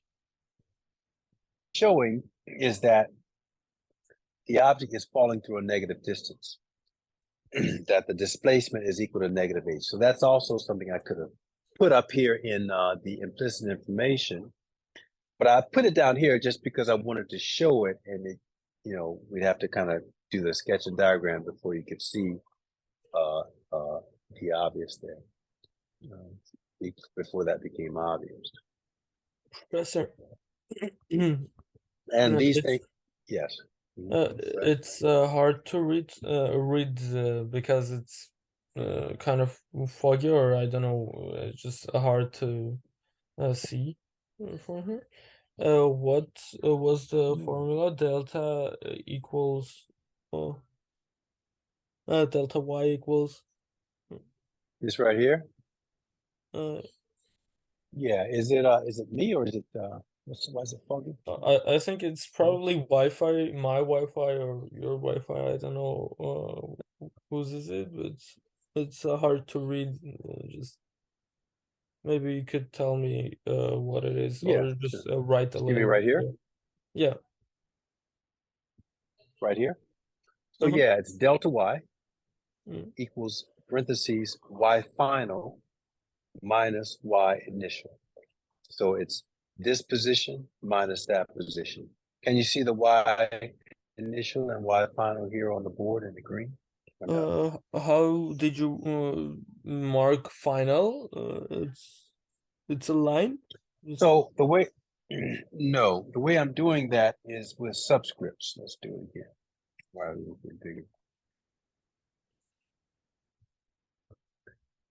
so delta y equals quantity y, so that's a subscript f minus y initial. You see that? Mm-hmm. Yeah. And as I said, by definition, whenever you have a delta quantity, it's always the final of that position minus the initial. So, But those have values. Those have values that we determine explicitly and implicitly. Y final is 0. So that then actually is 0 minus Y initial, which is H. So 0 minus H is minus H. So delta Y, which is directional, that point, like if I drew it as a vector, it would be pointing down because this is telling me it's moving it's pointing in the negative direction. That's why that negative sign pops out. Can you see that? Ike, can you see that? Yeah. It's all good? Mhm. Is it clear? Yeah. Yeah. So that would constitute steps 1 through 4 of the PPST. Now, step 5, basically I've already done that. That's over here, right? Step 5 is, write down the concept that applies to that scenario. So the concept is free fall motion. Write down the generalized equations associated with that concept. Free fall motion has 4 equations, which we'll derive later, as I said, and the criteria, AY equals negative G.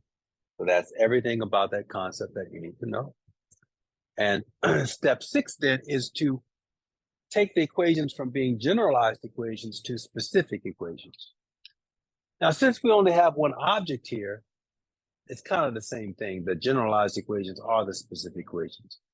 But oftentimes in problems, the way you make problems more complex is you have more than one object. You could have 2 objects, 3 objects, and they could all be moving with different, in terms of motion, they could all have different types of motion, which would mean that they might have different equations associated with them. One might be in free fall, one might be in general motion in the X direction. Like say, what if I wanted to drop an object and hit a car passing underneath if I'm on a building? So those are 2 different types of motion. And I would have 2 sets of equations specific to those, even though both motions are, if the car is accelerating, then both motions are accelerated motion.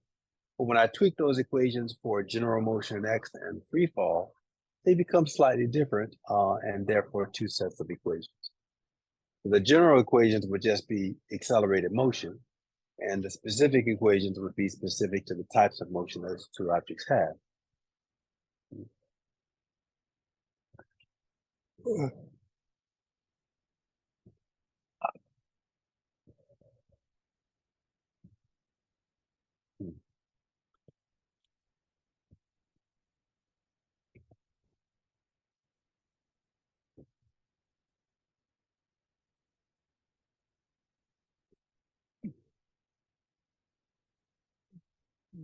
So the next step.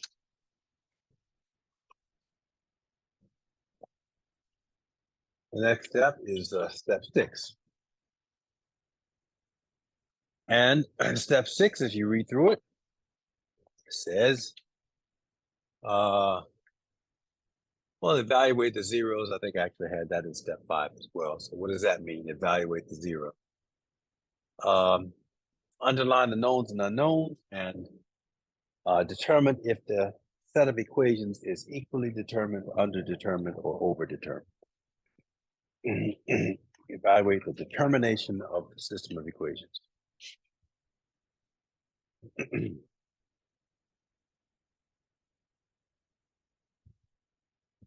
All right, let's do evaluate the zeros. What does that mean?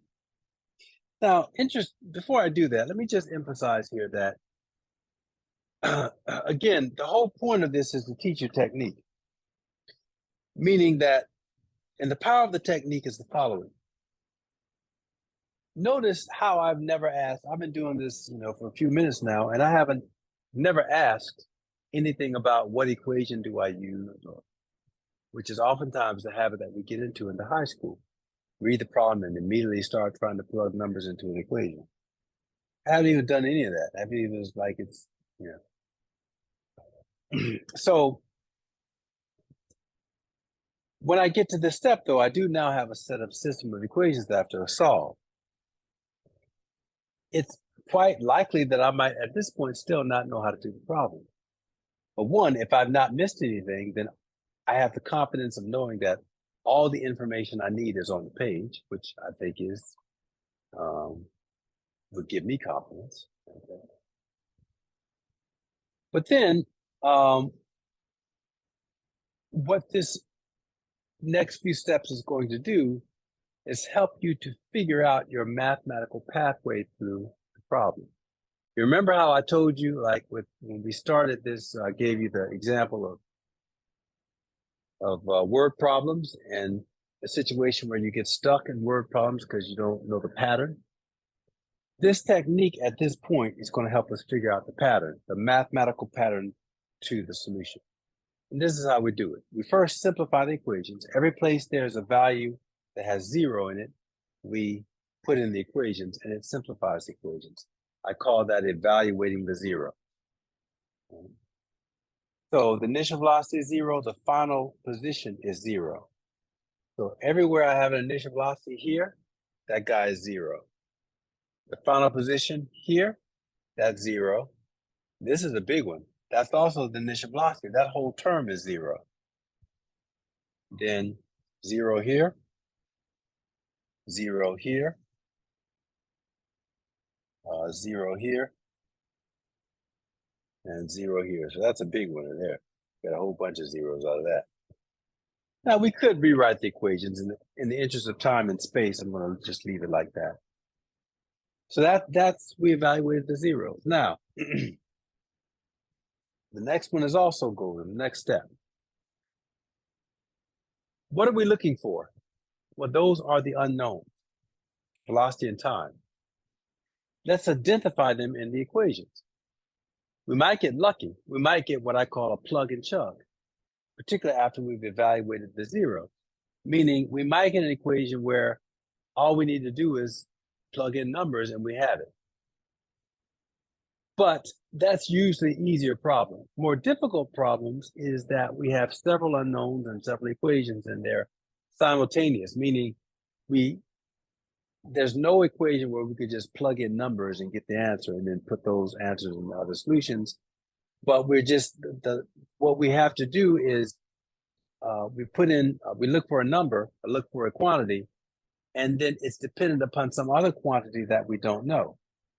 I call that embedding one level into the problem because now we're looking for that quantity. And once we find that quantity, we can go back and evaluate the initial quantity. But we might have 4 or 5 unknowns. So after you find the second quantity, or you associate an equation with the second quantity and look for other equations, then there might be other equations that have that quantity in it. But that second quantity will be then dependent upon a third quantity, or a fourth quantity, or a fifth quantity. And very complex problems, you might have 20, 25 equations, 4 concepts, 5 or 6 concepts, and who knows how many unknowns, 5 unknowns. So you're just embedding levels into the problem. So that's why it's important to have everything on the page so that you haven't forgotten anything, so that at least for me, I have to think about the physics at one point and then think about the math, right? So, and also you can kind of find, before I even start the mathematics, you can kind of gauge, I'll show you here in a minute, where the best mathematical pattern might be before you actually engage in the mathematics. So all of that is part of step 6, right? So let's move forward then. So let's underline the unknown. Now the unknowns are time and final velocity. We noted that over here. So I'm going to use red to underline the unknown because they'll jump out at us. So that's one there. That's one there. Here, got one there. No others. There. Here, there's one here. And down in equation 4, I've got 2. That guy and that guy. All right, how about that? Now, that's nice. That's nice. Remember I told you about how if you didn't know how to figure out a problem, you could figure it out? Well, as soon as you do that, you see you got 2 plug and chugs for both the things we need. And that's it. So it's not a very difficult problem. If I take this equation, in fact, let's just to emphasize it even more, let's underline all of the the known quantities in green. So what's known? The initial position is known here. The acceleration due to gravity is known. Acceleration due to gravity. And here we got initial position, acceleration. Yep. And here we've got just the initial position. All right. So it's also interesting to note that for the equations that have two unknowns, there's only one known here and here.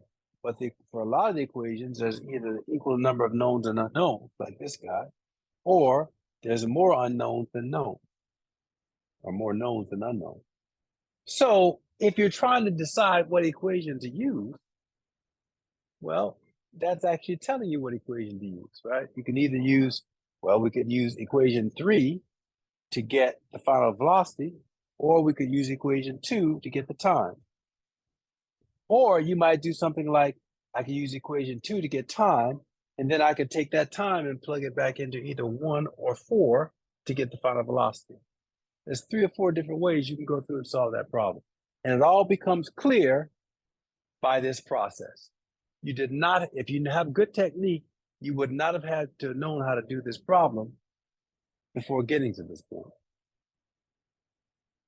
Now, I hope you can see the advantage of this, because this is this is as simple as it gets, right? It's one object and just one concept and whatever equations associated with that. But as we move forward, the middle of next semester, we might have, as I told you, we might have 7 concepts and 25 equations. So this method is imperative. It's imperative to actually learn the concepts, keep them, like organized in your mind, and I'll show you how to organize them as we move through the semester, making like formula sheets for tests and that sort of thing. But then practicing this technique every time, because, for example, you saw me just kind of write down these equations. I'm not big into memorization. I don't spend time memorizing stuff because of what I told you again with the rote memorization. I think it handicaps our ability to think analytically and to be self-aware of our thinking. But what I found when I started to develop this years ago is that if I just do the technique every time, because it's actually kind of cumbersome, right? Like even in the time that it's taken me to explain this to you, like I'm doing a lot of talking, like I've spent a lot of time on this problem. And that maybe seem like a disadvantage, particularly if you were trained to like do things fast and get the numbers, in our education. Somehow that maybe the faster you can do it, I guess it, in some people's minds, it implies that the smarter you are, right? But I think it also can give some disadvantages there, because just moving fast for quickness, the sake of quickness, because you miss certain things. Anyway, my point is that when you're doing this at home, it will also take time to write these things out. But what you'll find is if you do this in a pretty comprehensive, after a couple problems, a lot of the concepts you'll begin to learn. Like you won't have to memorize things, you'll be thinking through the process every time you do it. And so certain insights will come out because you're focusing on that part, particularly where I broke it down to 6 steps and certain particular things that you're trying to do and think about in each step. It makes it specific to the problem solving thing approach. And as you do more problems, trust me, you are going to find patterns in your thought process, some of them positive, some of them negative, and you just become more aware so that you can address issues as you become aware of them. So don't skip on the process. Don't skip on it. You just naturally get quicker as you go along. But don't skip on the process, because there's a lot of learning to be involved if you're trying to work your problems with a process. So the last thing that I'll say in step 6, then I'll open it up for questions before we move on to step 7. It's here in the subcategories. It's something called, there's a question mark. Are you equally determined? Are the equations equally determined? What does that mean? It is a mathematical terminology from linear algebra. It turns out that when you're solving a system of equations, you can only solve the system when you have at least the same number of equations as unknowns in the system of equations. Now, I think this is hugely important. This is one of the ways that I know whether or not I'm going to continue moving forward in the problem or whether I'm going to have to cycle back to, whether I missed something. In other words, when you get down here, you might think that you got everything, but you see how we have two unknowns, recurring unknowns in these equations. That's two. How many equations do we have for this concept and equations associated with it? Well, we've got 4 equations. So we've got more equations than we have unknowns. So that's called overdetermined. If we had just 2 equations, the same number of equations as we have unknown, that will be considered equally determined. And if we have, for both equally determined and overdetermined, we can solve. We could move on to step 7 and use any of the 2 out of 4 equations to solve the problem. However, if we are underdetermined for whatever reason, don't even move forward. Do not pass go because you've missed something. And it could be a number of things you've missed. You could have missed implicit information, maybe explicit information if you're reading too fast. Or you could have missed a concept, or a number of concepts. Or you could have all the concepts, but there's some equations associated with those concepts that you've missed. So you cycle back from step 6 to steps 1 through 5 and just rethink the process. Now, usually, probably for the bulk of this course, that's what's going to be the problem. You will have missed something. And you just have to kind of hone your technique to be able to identify it and begin to anticipate certain things. As I said, you're going to see patterns. What do I mean by that? You're going to see certain things you're missing every time. And so now you can become self-aware of that.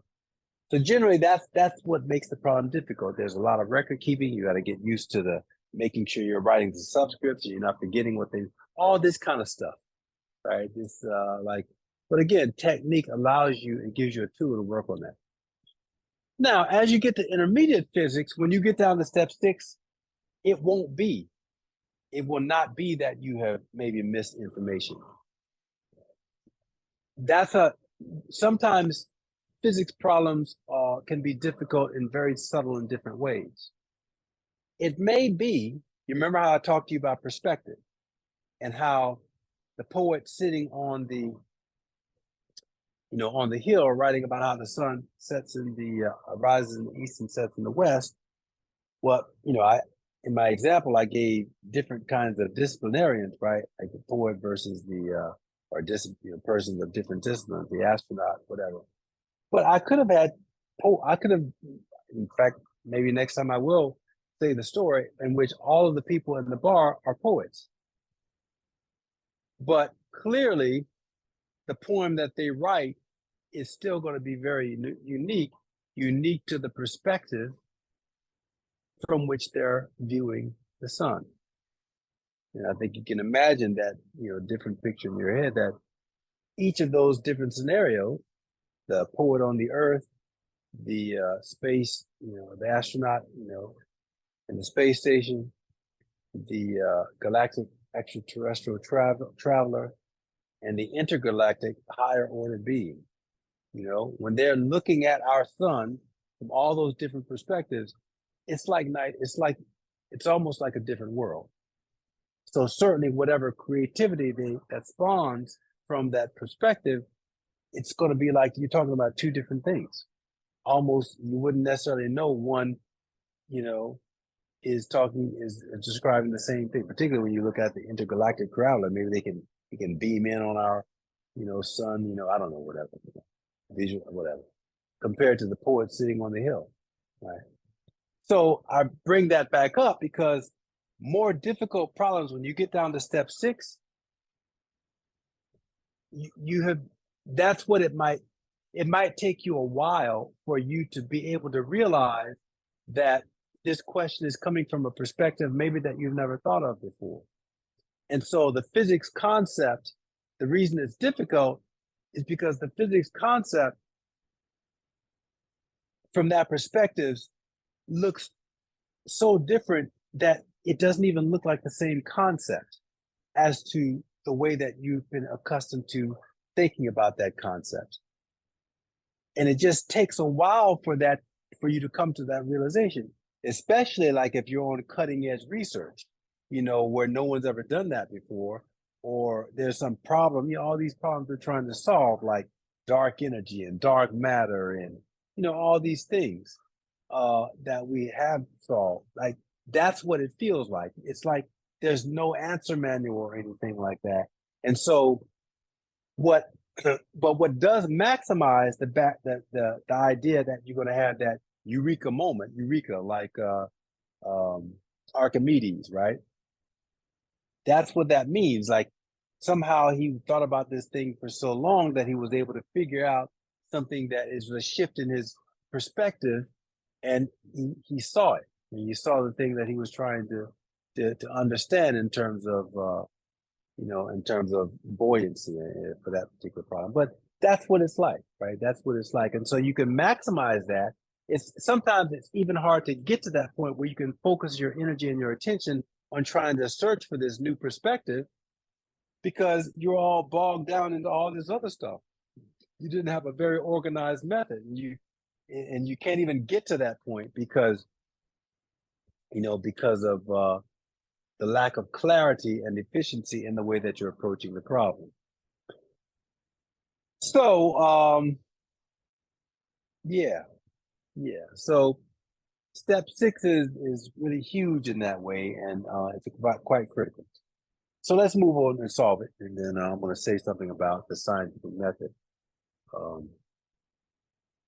and show you how that's related to this, how this 7-step technique is really kind of like a practical application, as I mentioned, of the scientific method.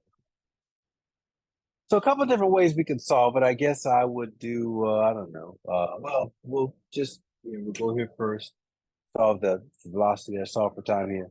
Then I'm going to do something. I'm going to take that time, I'm going to plug it into that equation and show you that when I put those two together, I get the same solution as if I just solve this directly. And again, the only way you're going to see all that is not using any numbers yet, just deriving the actual analytical solution and looking at the symmetries associated with that. The first thing is I just take the square root of this equation, right? Now remember, there's a minus sign here. Let's work that out. I'm going to put in the H for the minus for the initial position there. I'm going to come over here and give myself some more room.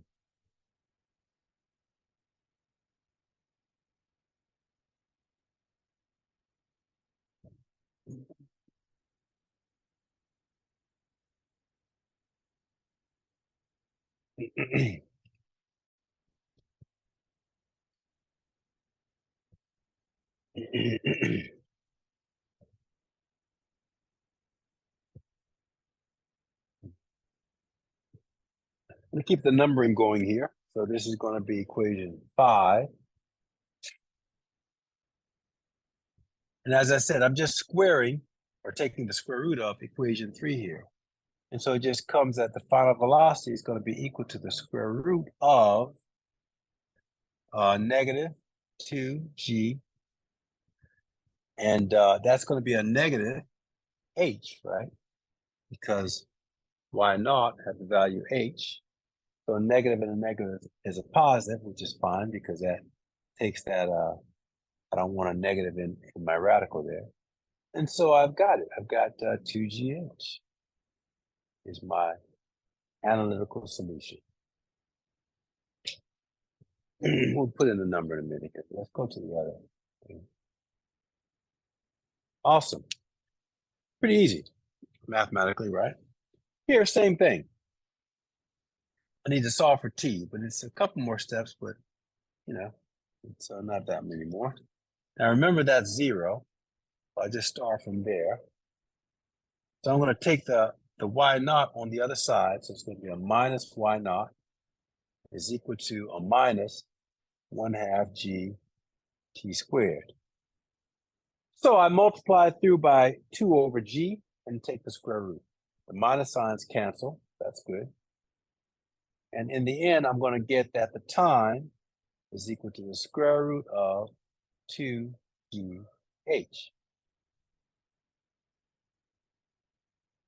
All right. Sorry. No, what? There's a y in there. Sorry about that. Yeah.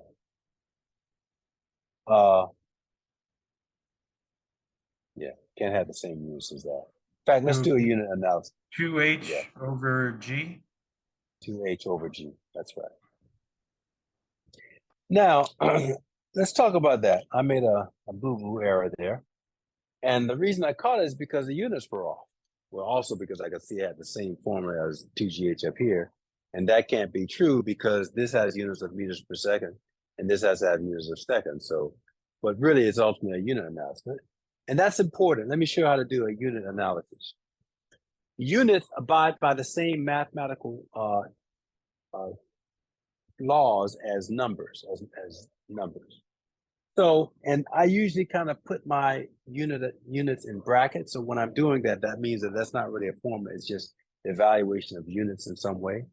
I'm going to come over here and do all the units. So acceleration is meters per second squared. So meters per second squared, then times h, which is meters. And all of that is to the square root, which is to the 1/2 power. So I've got meters squared per second squared to the 1/2 power. Well, that's going to be meters per second when we take the square root. So that shows that this analytical solution has the units that it should. And so maybe, again, presuming you don't have answer mountains or things like that, that's a check and that you can use to balance yourself as you move through. Let's do the same thing with this guy. It should be in seconds, right? So meters over meters per second squared, well, to the 1/2 power. That's the same as when you, again, units abide by the same rules as numbers. So in this case, I have a fraction meters per second squared.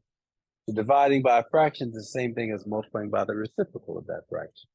So I have meters, which is meters over 1, times the reciprocal of meters per second squared, which is second squared over meters. Again, all of that is the 1/2 power. And what I see is that the meters cancels, and I'm left with second squares to the 1/2 power, which is just seconds. So a unit analysis is quite useful. And we want to get in the habit of looking at units and evaluating units almost as second nature, because you see how quickly I caught it, right? And my Achilles heel is, careless errors with mathematics. Actually, it's one of the reasons I developed this technique for myself. I had all kinds of issues from, ADD to, probably a little bit dyslexic in some ways. And it gave me, oh my God, I don't even want to remember it. From the time I was in the first grade up until probably in college when I began to realize, because, back in the 60s and 70s, a lot of these things weren't diagnosed. And I just, I've always loved school, but I had all kinds of problems. It was very frustrating for me. And felt like I was always underperforming, and I couldn't stop it. I couldn't figure out how to stop making careless errors and all these, missing minus signs. And honestly, to be perfectly honest with you, it never went away. It's still there. But I developed all of these techniques for myself that helped me to minimize these issues. And so that's part of the motivation from where a lot of my teaching technique and procedures come from. Anyway, let's continue. As I told you, we solve for t from equation 2. Now we're going to take that t and plug it into equation 1, which would eliminate that unknown for equation 1, and then the only unknown would be velocity. Now, we could put in the numbers to get the numbers, but what I want to show you is that even though we have different mathematical paths that we're following, there's only one solution. And we already had a solution for velocity. That's this guy. So this should give us, this different mathematical path should give us the same solution if we're careful. And it will. Let me show you. Take equation 8 and plug it into t for equation 1. What that gives me is, so from equation 1, final velocity is equal to minus g times square root of, for t is 2h over g. Okay, that might look like it's different than this guy, but not quite. Let's show you. Let me show you. I have a radical here. If I take this g in the numerator inside the radical, I've got to square it. And it will be in the numerator. So if I square it, that's the same as square root of g squared times 2 times h over g. And 1g cancels. And voila. I have 2gh equals v sub y. Now, you might say, oh, well, it's not quite the same, right? Because you got a negative sign here, you don't have one up here. Well, let's go back and look at these equations. That has to do with the fact that we've just defined vector and scalar. As it turns out, in terms of velocity, the vector quantities, equations 1, 2, and 3 are pretty much vector equations, meaning whenever you solve those equations for the vector quantities in those equations, it's going to give you a vector, meaning the answer will be both the magnitude and the direction for the vectors of equations 1, 2, and 4. For the velocity at any rate, in equation 3, in terms of velocity, equation 3 is a scalar equation because of the square terms for the velocity. So when you're solving for velocity from equation 3, it doesn't matter whether the velocity is positive or negative, you're always going to get a positive. And so that's why really we have the magnitude of the speed here from equation 6, and from equation 9, it's actually giving us the velocity, telling us that we're going in the negative y direction with that magnitude. So it's still the same equation, but just a vector version of that equation. Yeah.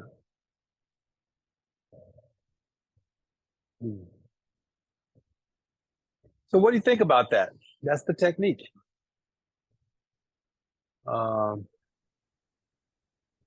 It is very hard. Okay, let's unpack that. Talk to me. Why do you think it's hard? I think it just What's hard? No, let me make my question different. Remember, the question that you answer dictates the yes dictates what you get. What is specifically hard about it? I would say that's the new terminology and it's all that fact up like let me just think about it in a sentence and give it to. No, I got you. I think I got it. Yeah, like that's really good. The different terminology.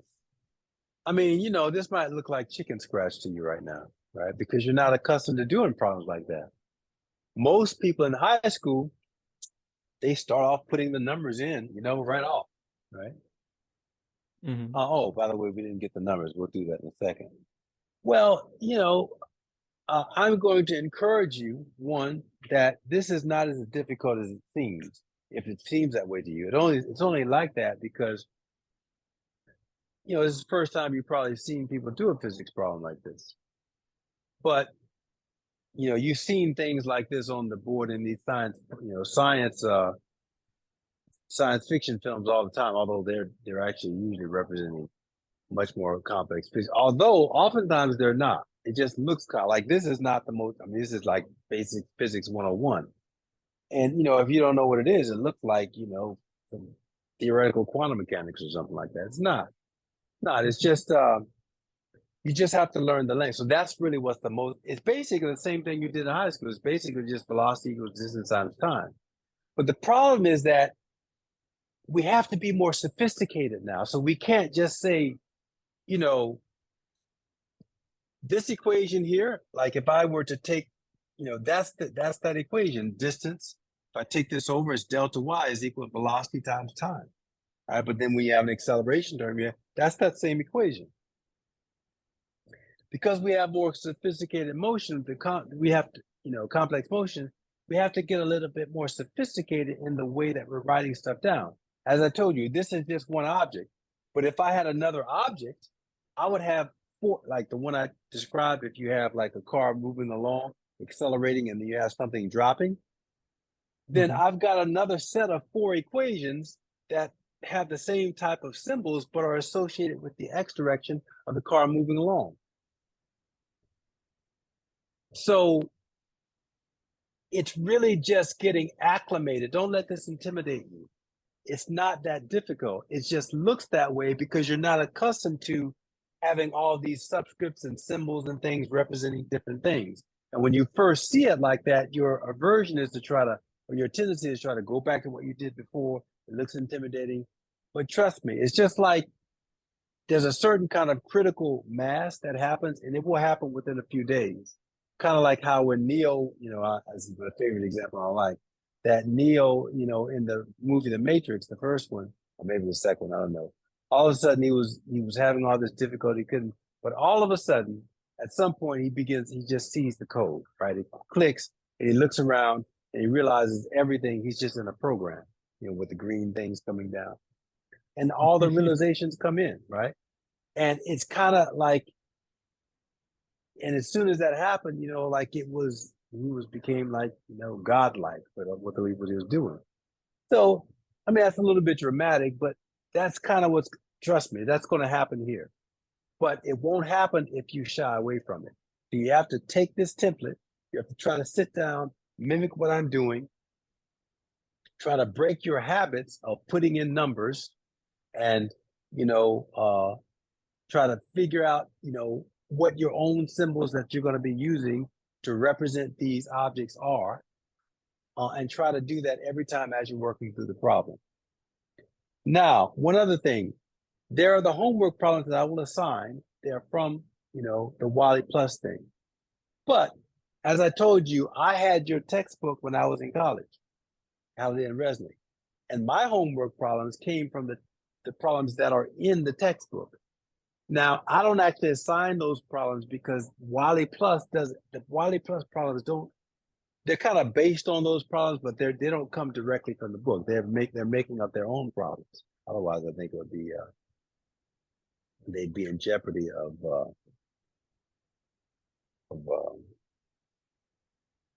copyright infringement. They took the same problem, plagiarizing. But that's nice for you because you can actually try to work through those. Those will actually be excellent problems to try to work through, even as you're doing the homeworks and the quizzes and studying other things. Work through the problems in the back of the chapter of Halliday and Resnick using, the PPST. Because those were a lot of those problems are the same. I mean, the book that hasn't changed much in 40 years. A lot of those are the same problems that, I ultimately worked and started deriving or creating this kind of process from. And finally, I want to say, you'll find, maybe now or even as you move forward, that you're going to have your own sensibility. You might even already have the beginnings of your own technique. So whatever I'm telling you, you can always tweak it to fit your sensibility. Everything I'm giving here are suggestions. And you will want to do it. You'll find that it will just happen naturally, organically, as you become more familiar with the process.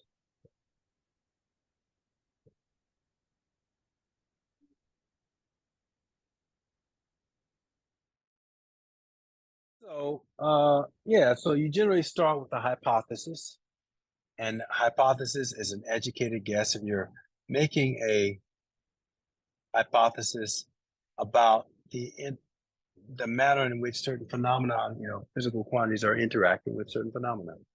You just guess the formula or process or whatever. So hypothesis, I'm not going to put the definition out. I think you know what hypothesis is, an educated guess.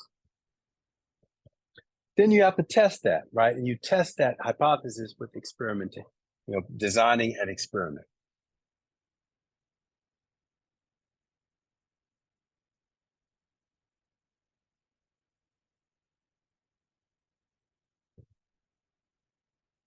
Again, you design it to test the thing you're looking for, and you got to be very specific. The question you ask and dictates the answer that you get.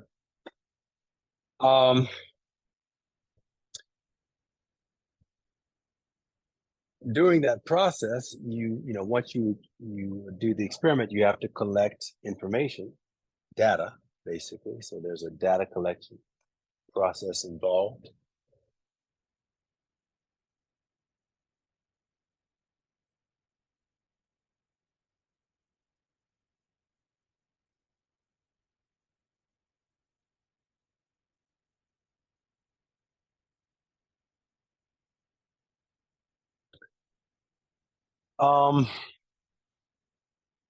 And you must analyze the data. So there's analysis to see how closely your data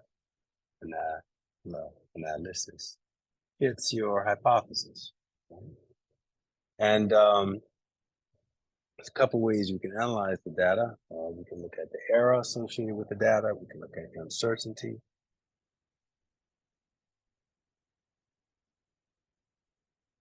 Those are different things.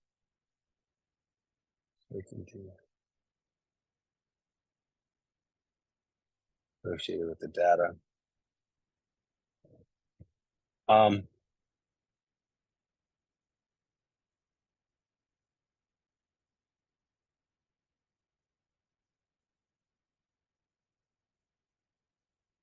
guess I gotta put those into different steps sometimes I do that.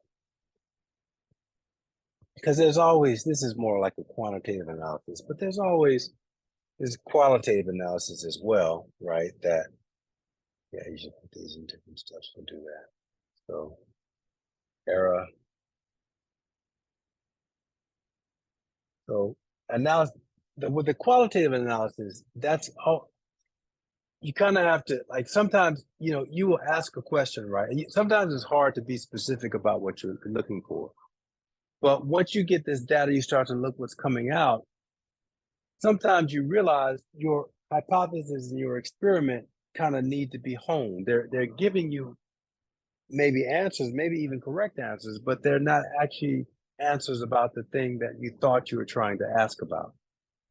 So that's what's slightly different between a qualitative analysis of what's going on with your data and, a quantitative analysis that's done via, via uncertainty and error analysis.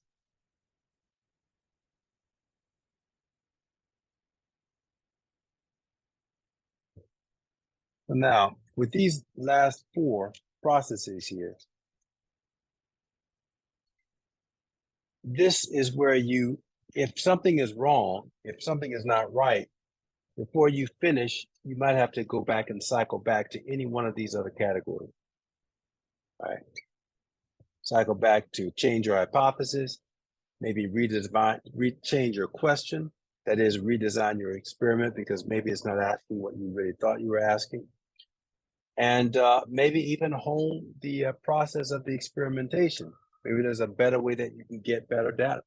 You just it becomes like a cyclical process, and you only finish and move through the process when you are absolutely sure that your analysis is giving you what you answering the question that you were trying to ask and giving you a satisfactory answer. And then, of course, the last step is to conclude.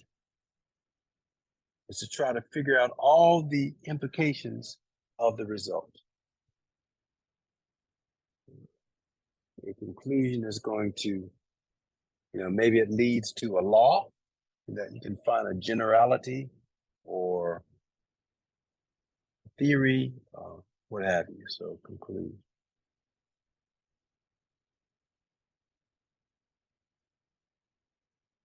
So, hopefully you can see how this PPST, it's kind of based on this, right? Like the hypothesis, experimentation, hypothesis, you got a question. In your problems, you're going to have a question, a problem that you're doing. Experimentation, you kind of tested up a thought experiment. I told you to demonstrate the problem, kind of see what, and then the data collection, that's what is the, in the problem solving technique, what's the explicit and the implicit information. Analysis, well, what concepts apply? Step 5 and 6, what concepts apply? What unknowns do you have, so that's kind of those steps. And then, of course, moving to the conclusion is step 7, where you actually then solve the problem and get the final analytical solution. Yeah, so PPST is a practical application of the scientific method.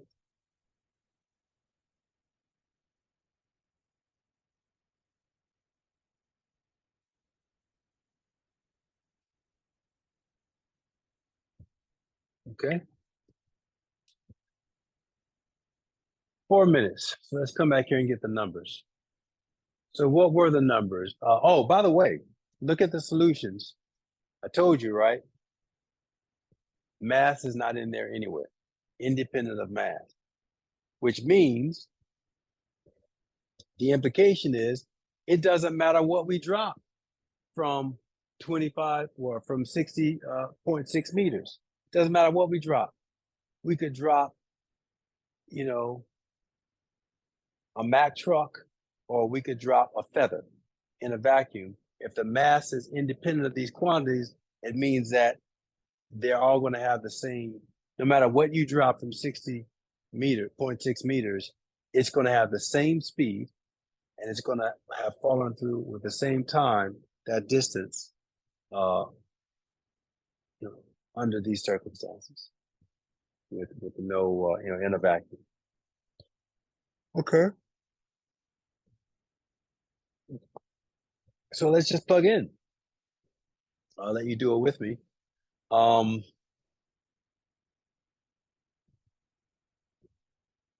I had mentioned MKS. I hope you caught that when I converted from centimeters to meters and grams to kilograms. MKS is a kind of a short term for System International, or International System of Units. So by the way, chapters 1 through 3 are assigned. So just go ahead and start reading through that. Chapter 3 is kind of like a math chapter. It just talks about vector addition and stuff. And chapter 1 is also kind of that, but talking about units and blah, blah, blah, units and scientific notation. I think they might even go through dot and cross product at some point in either chapter 1 or 3. All of these mathematical things I address, but I don't address them as specific mathematical concepts by themselves. All my mathematics, I'm more of an applied math person, and this is a physics course. So all of the math that we do, even if it's rigorous, it's in the context of some physical situation, some physical concept, a physics concept. So I'm going to go ahead and assign the reading for that stuff, but a lot of the topics, all the topics in those chapters, I'll address over the course of the semester, but not necessarily as a specific sidebar like they do at putting those chapters aside. Now, much of that you've already had, or you're going to have if you haven't. Like if you're in Calculus 1, if you haven't had it, you're going to get to dot and cross products in that. But if you had Calculus, you've already had that stuff. So, we'll just work through it as best you can, and we will address all those things as they come up in the context of the physics concepts. So System International, SI, or International System of Units, is basically the metric system.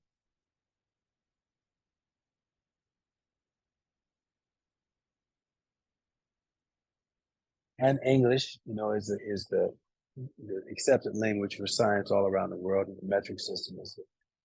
I actually remember when I was in elementary schools when we went metric, as in the world in the U.S.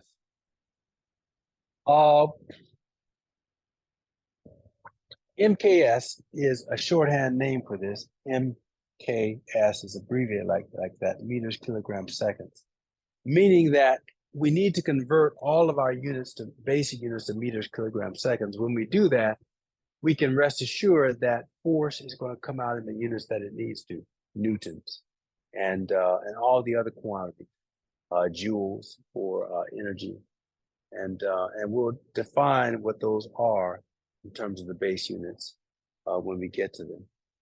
The System International, so that's why I converted. And finally, putting in the numbers, we've got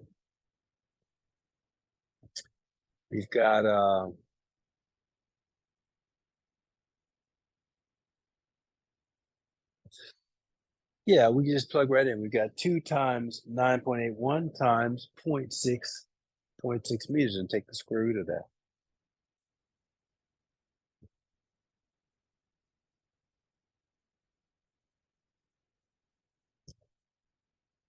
So I get 3.43 meters per second.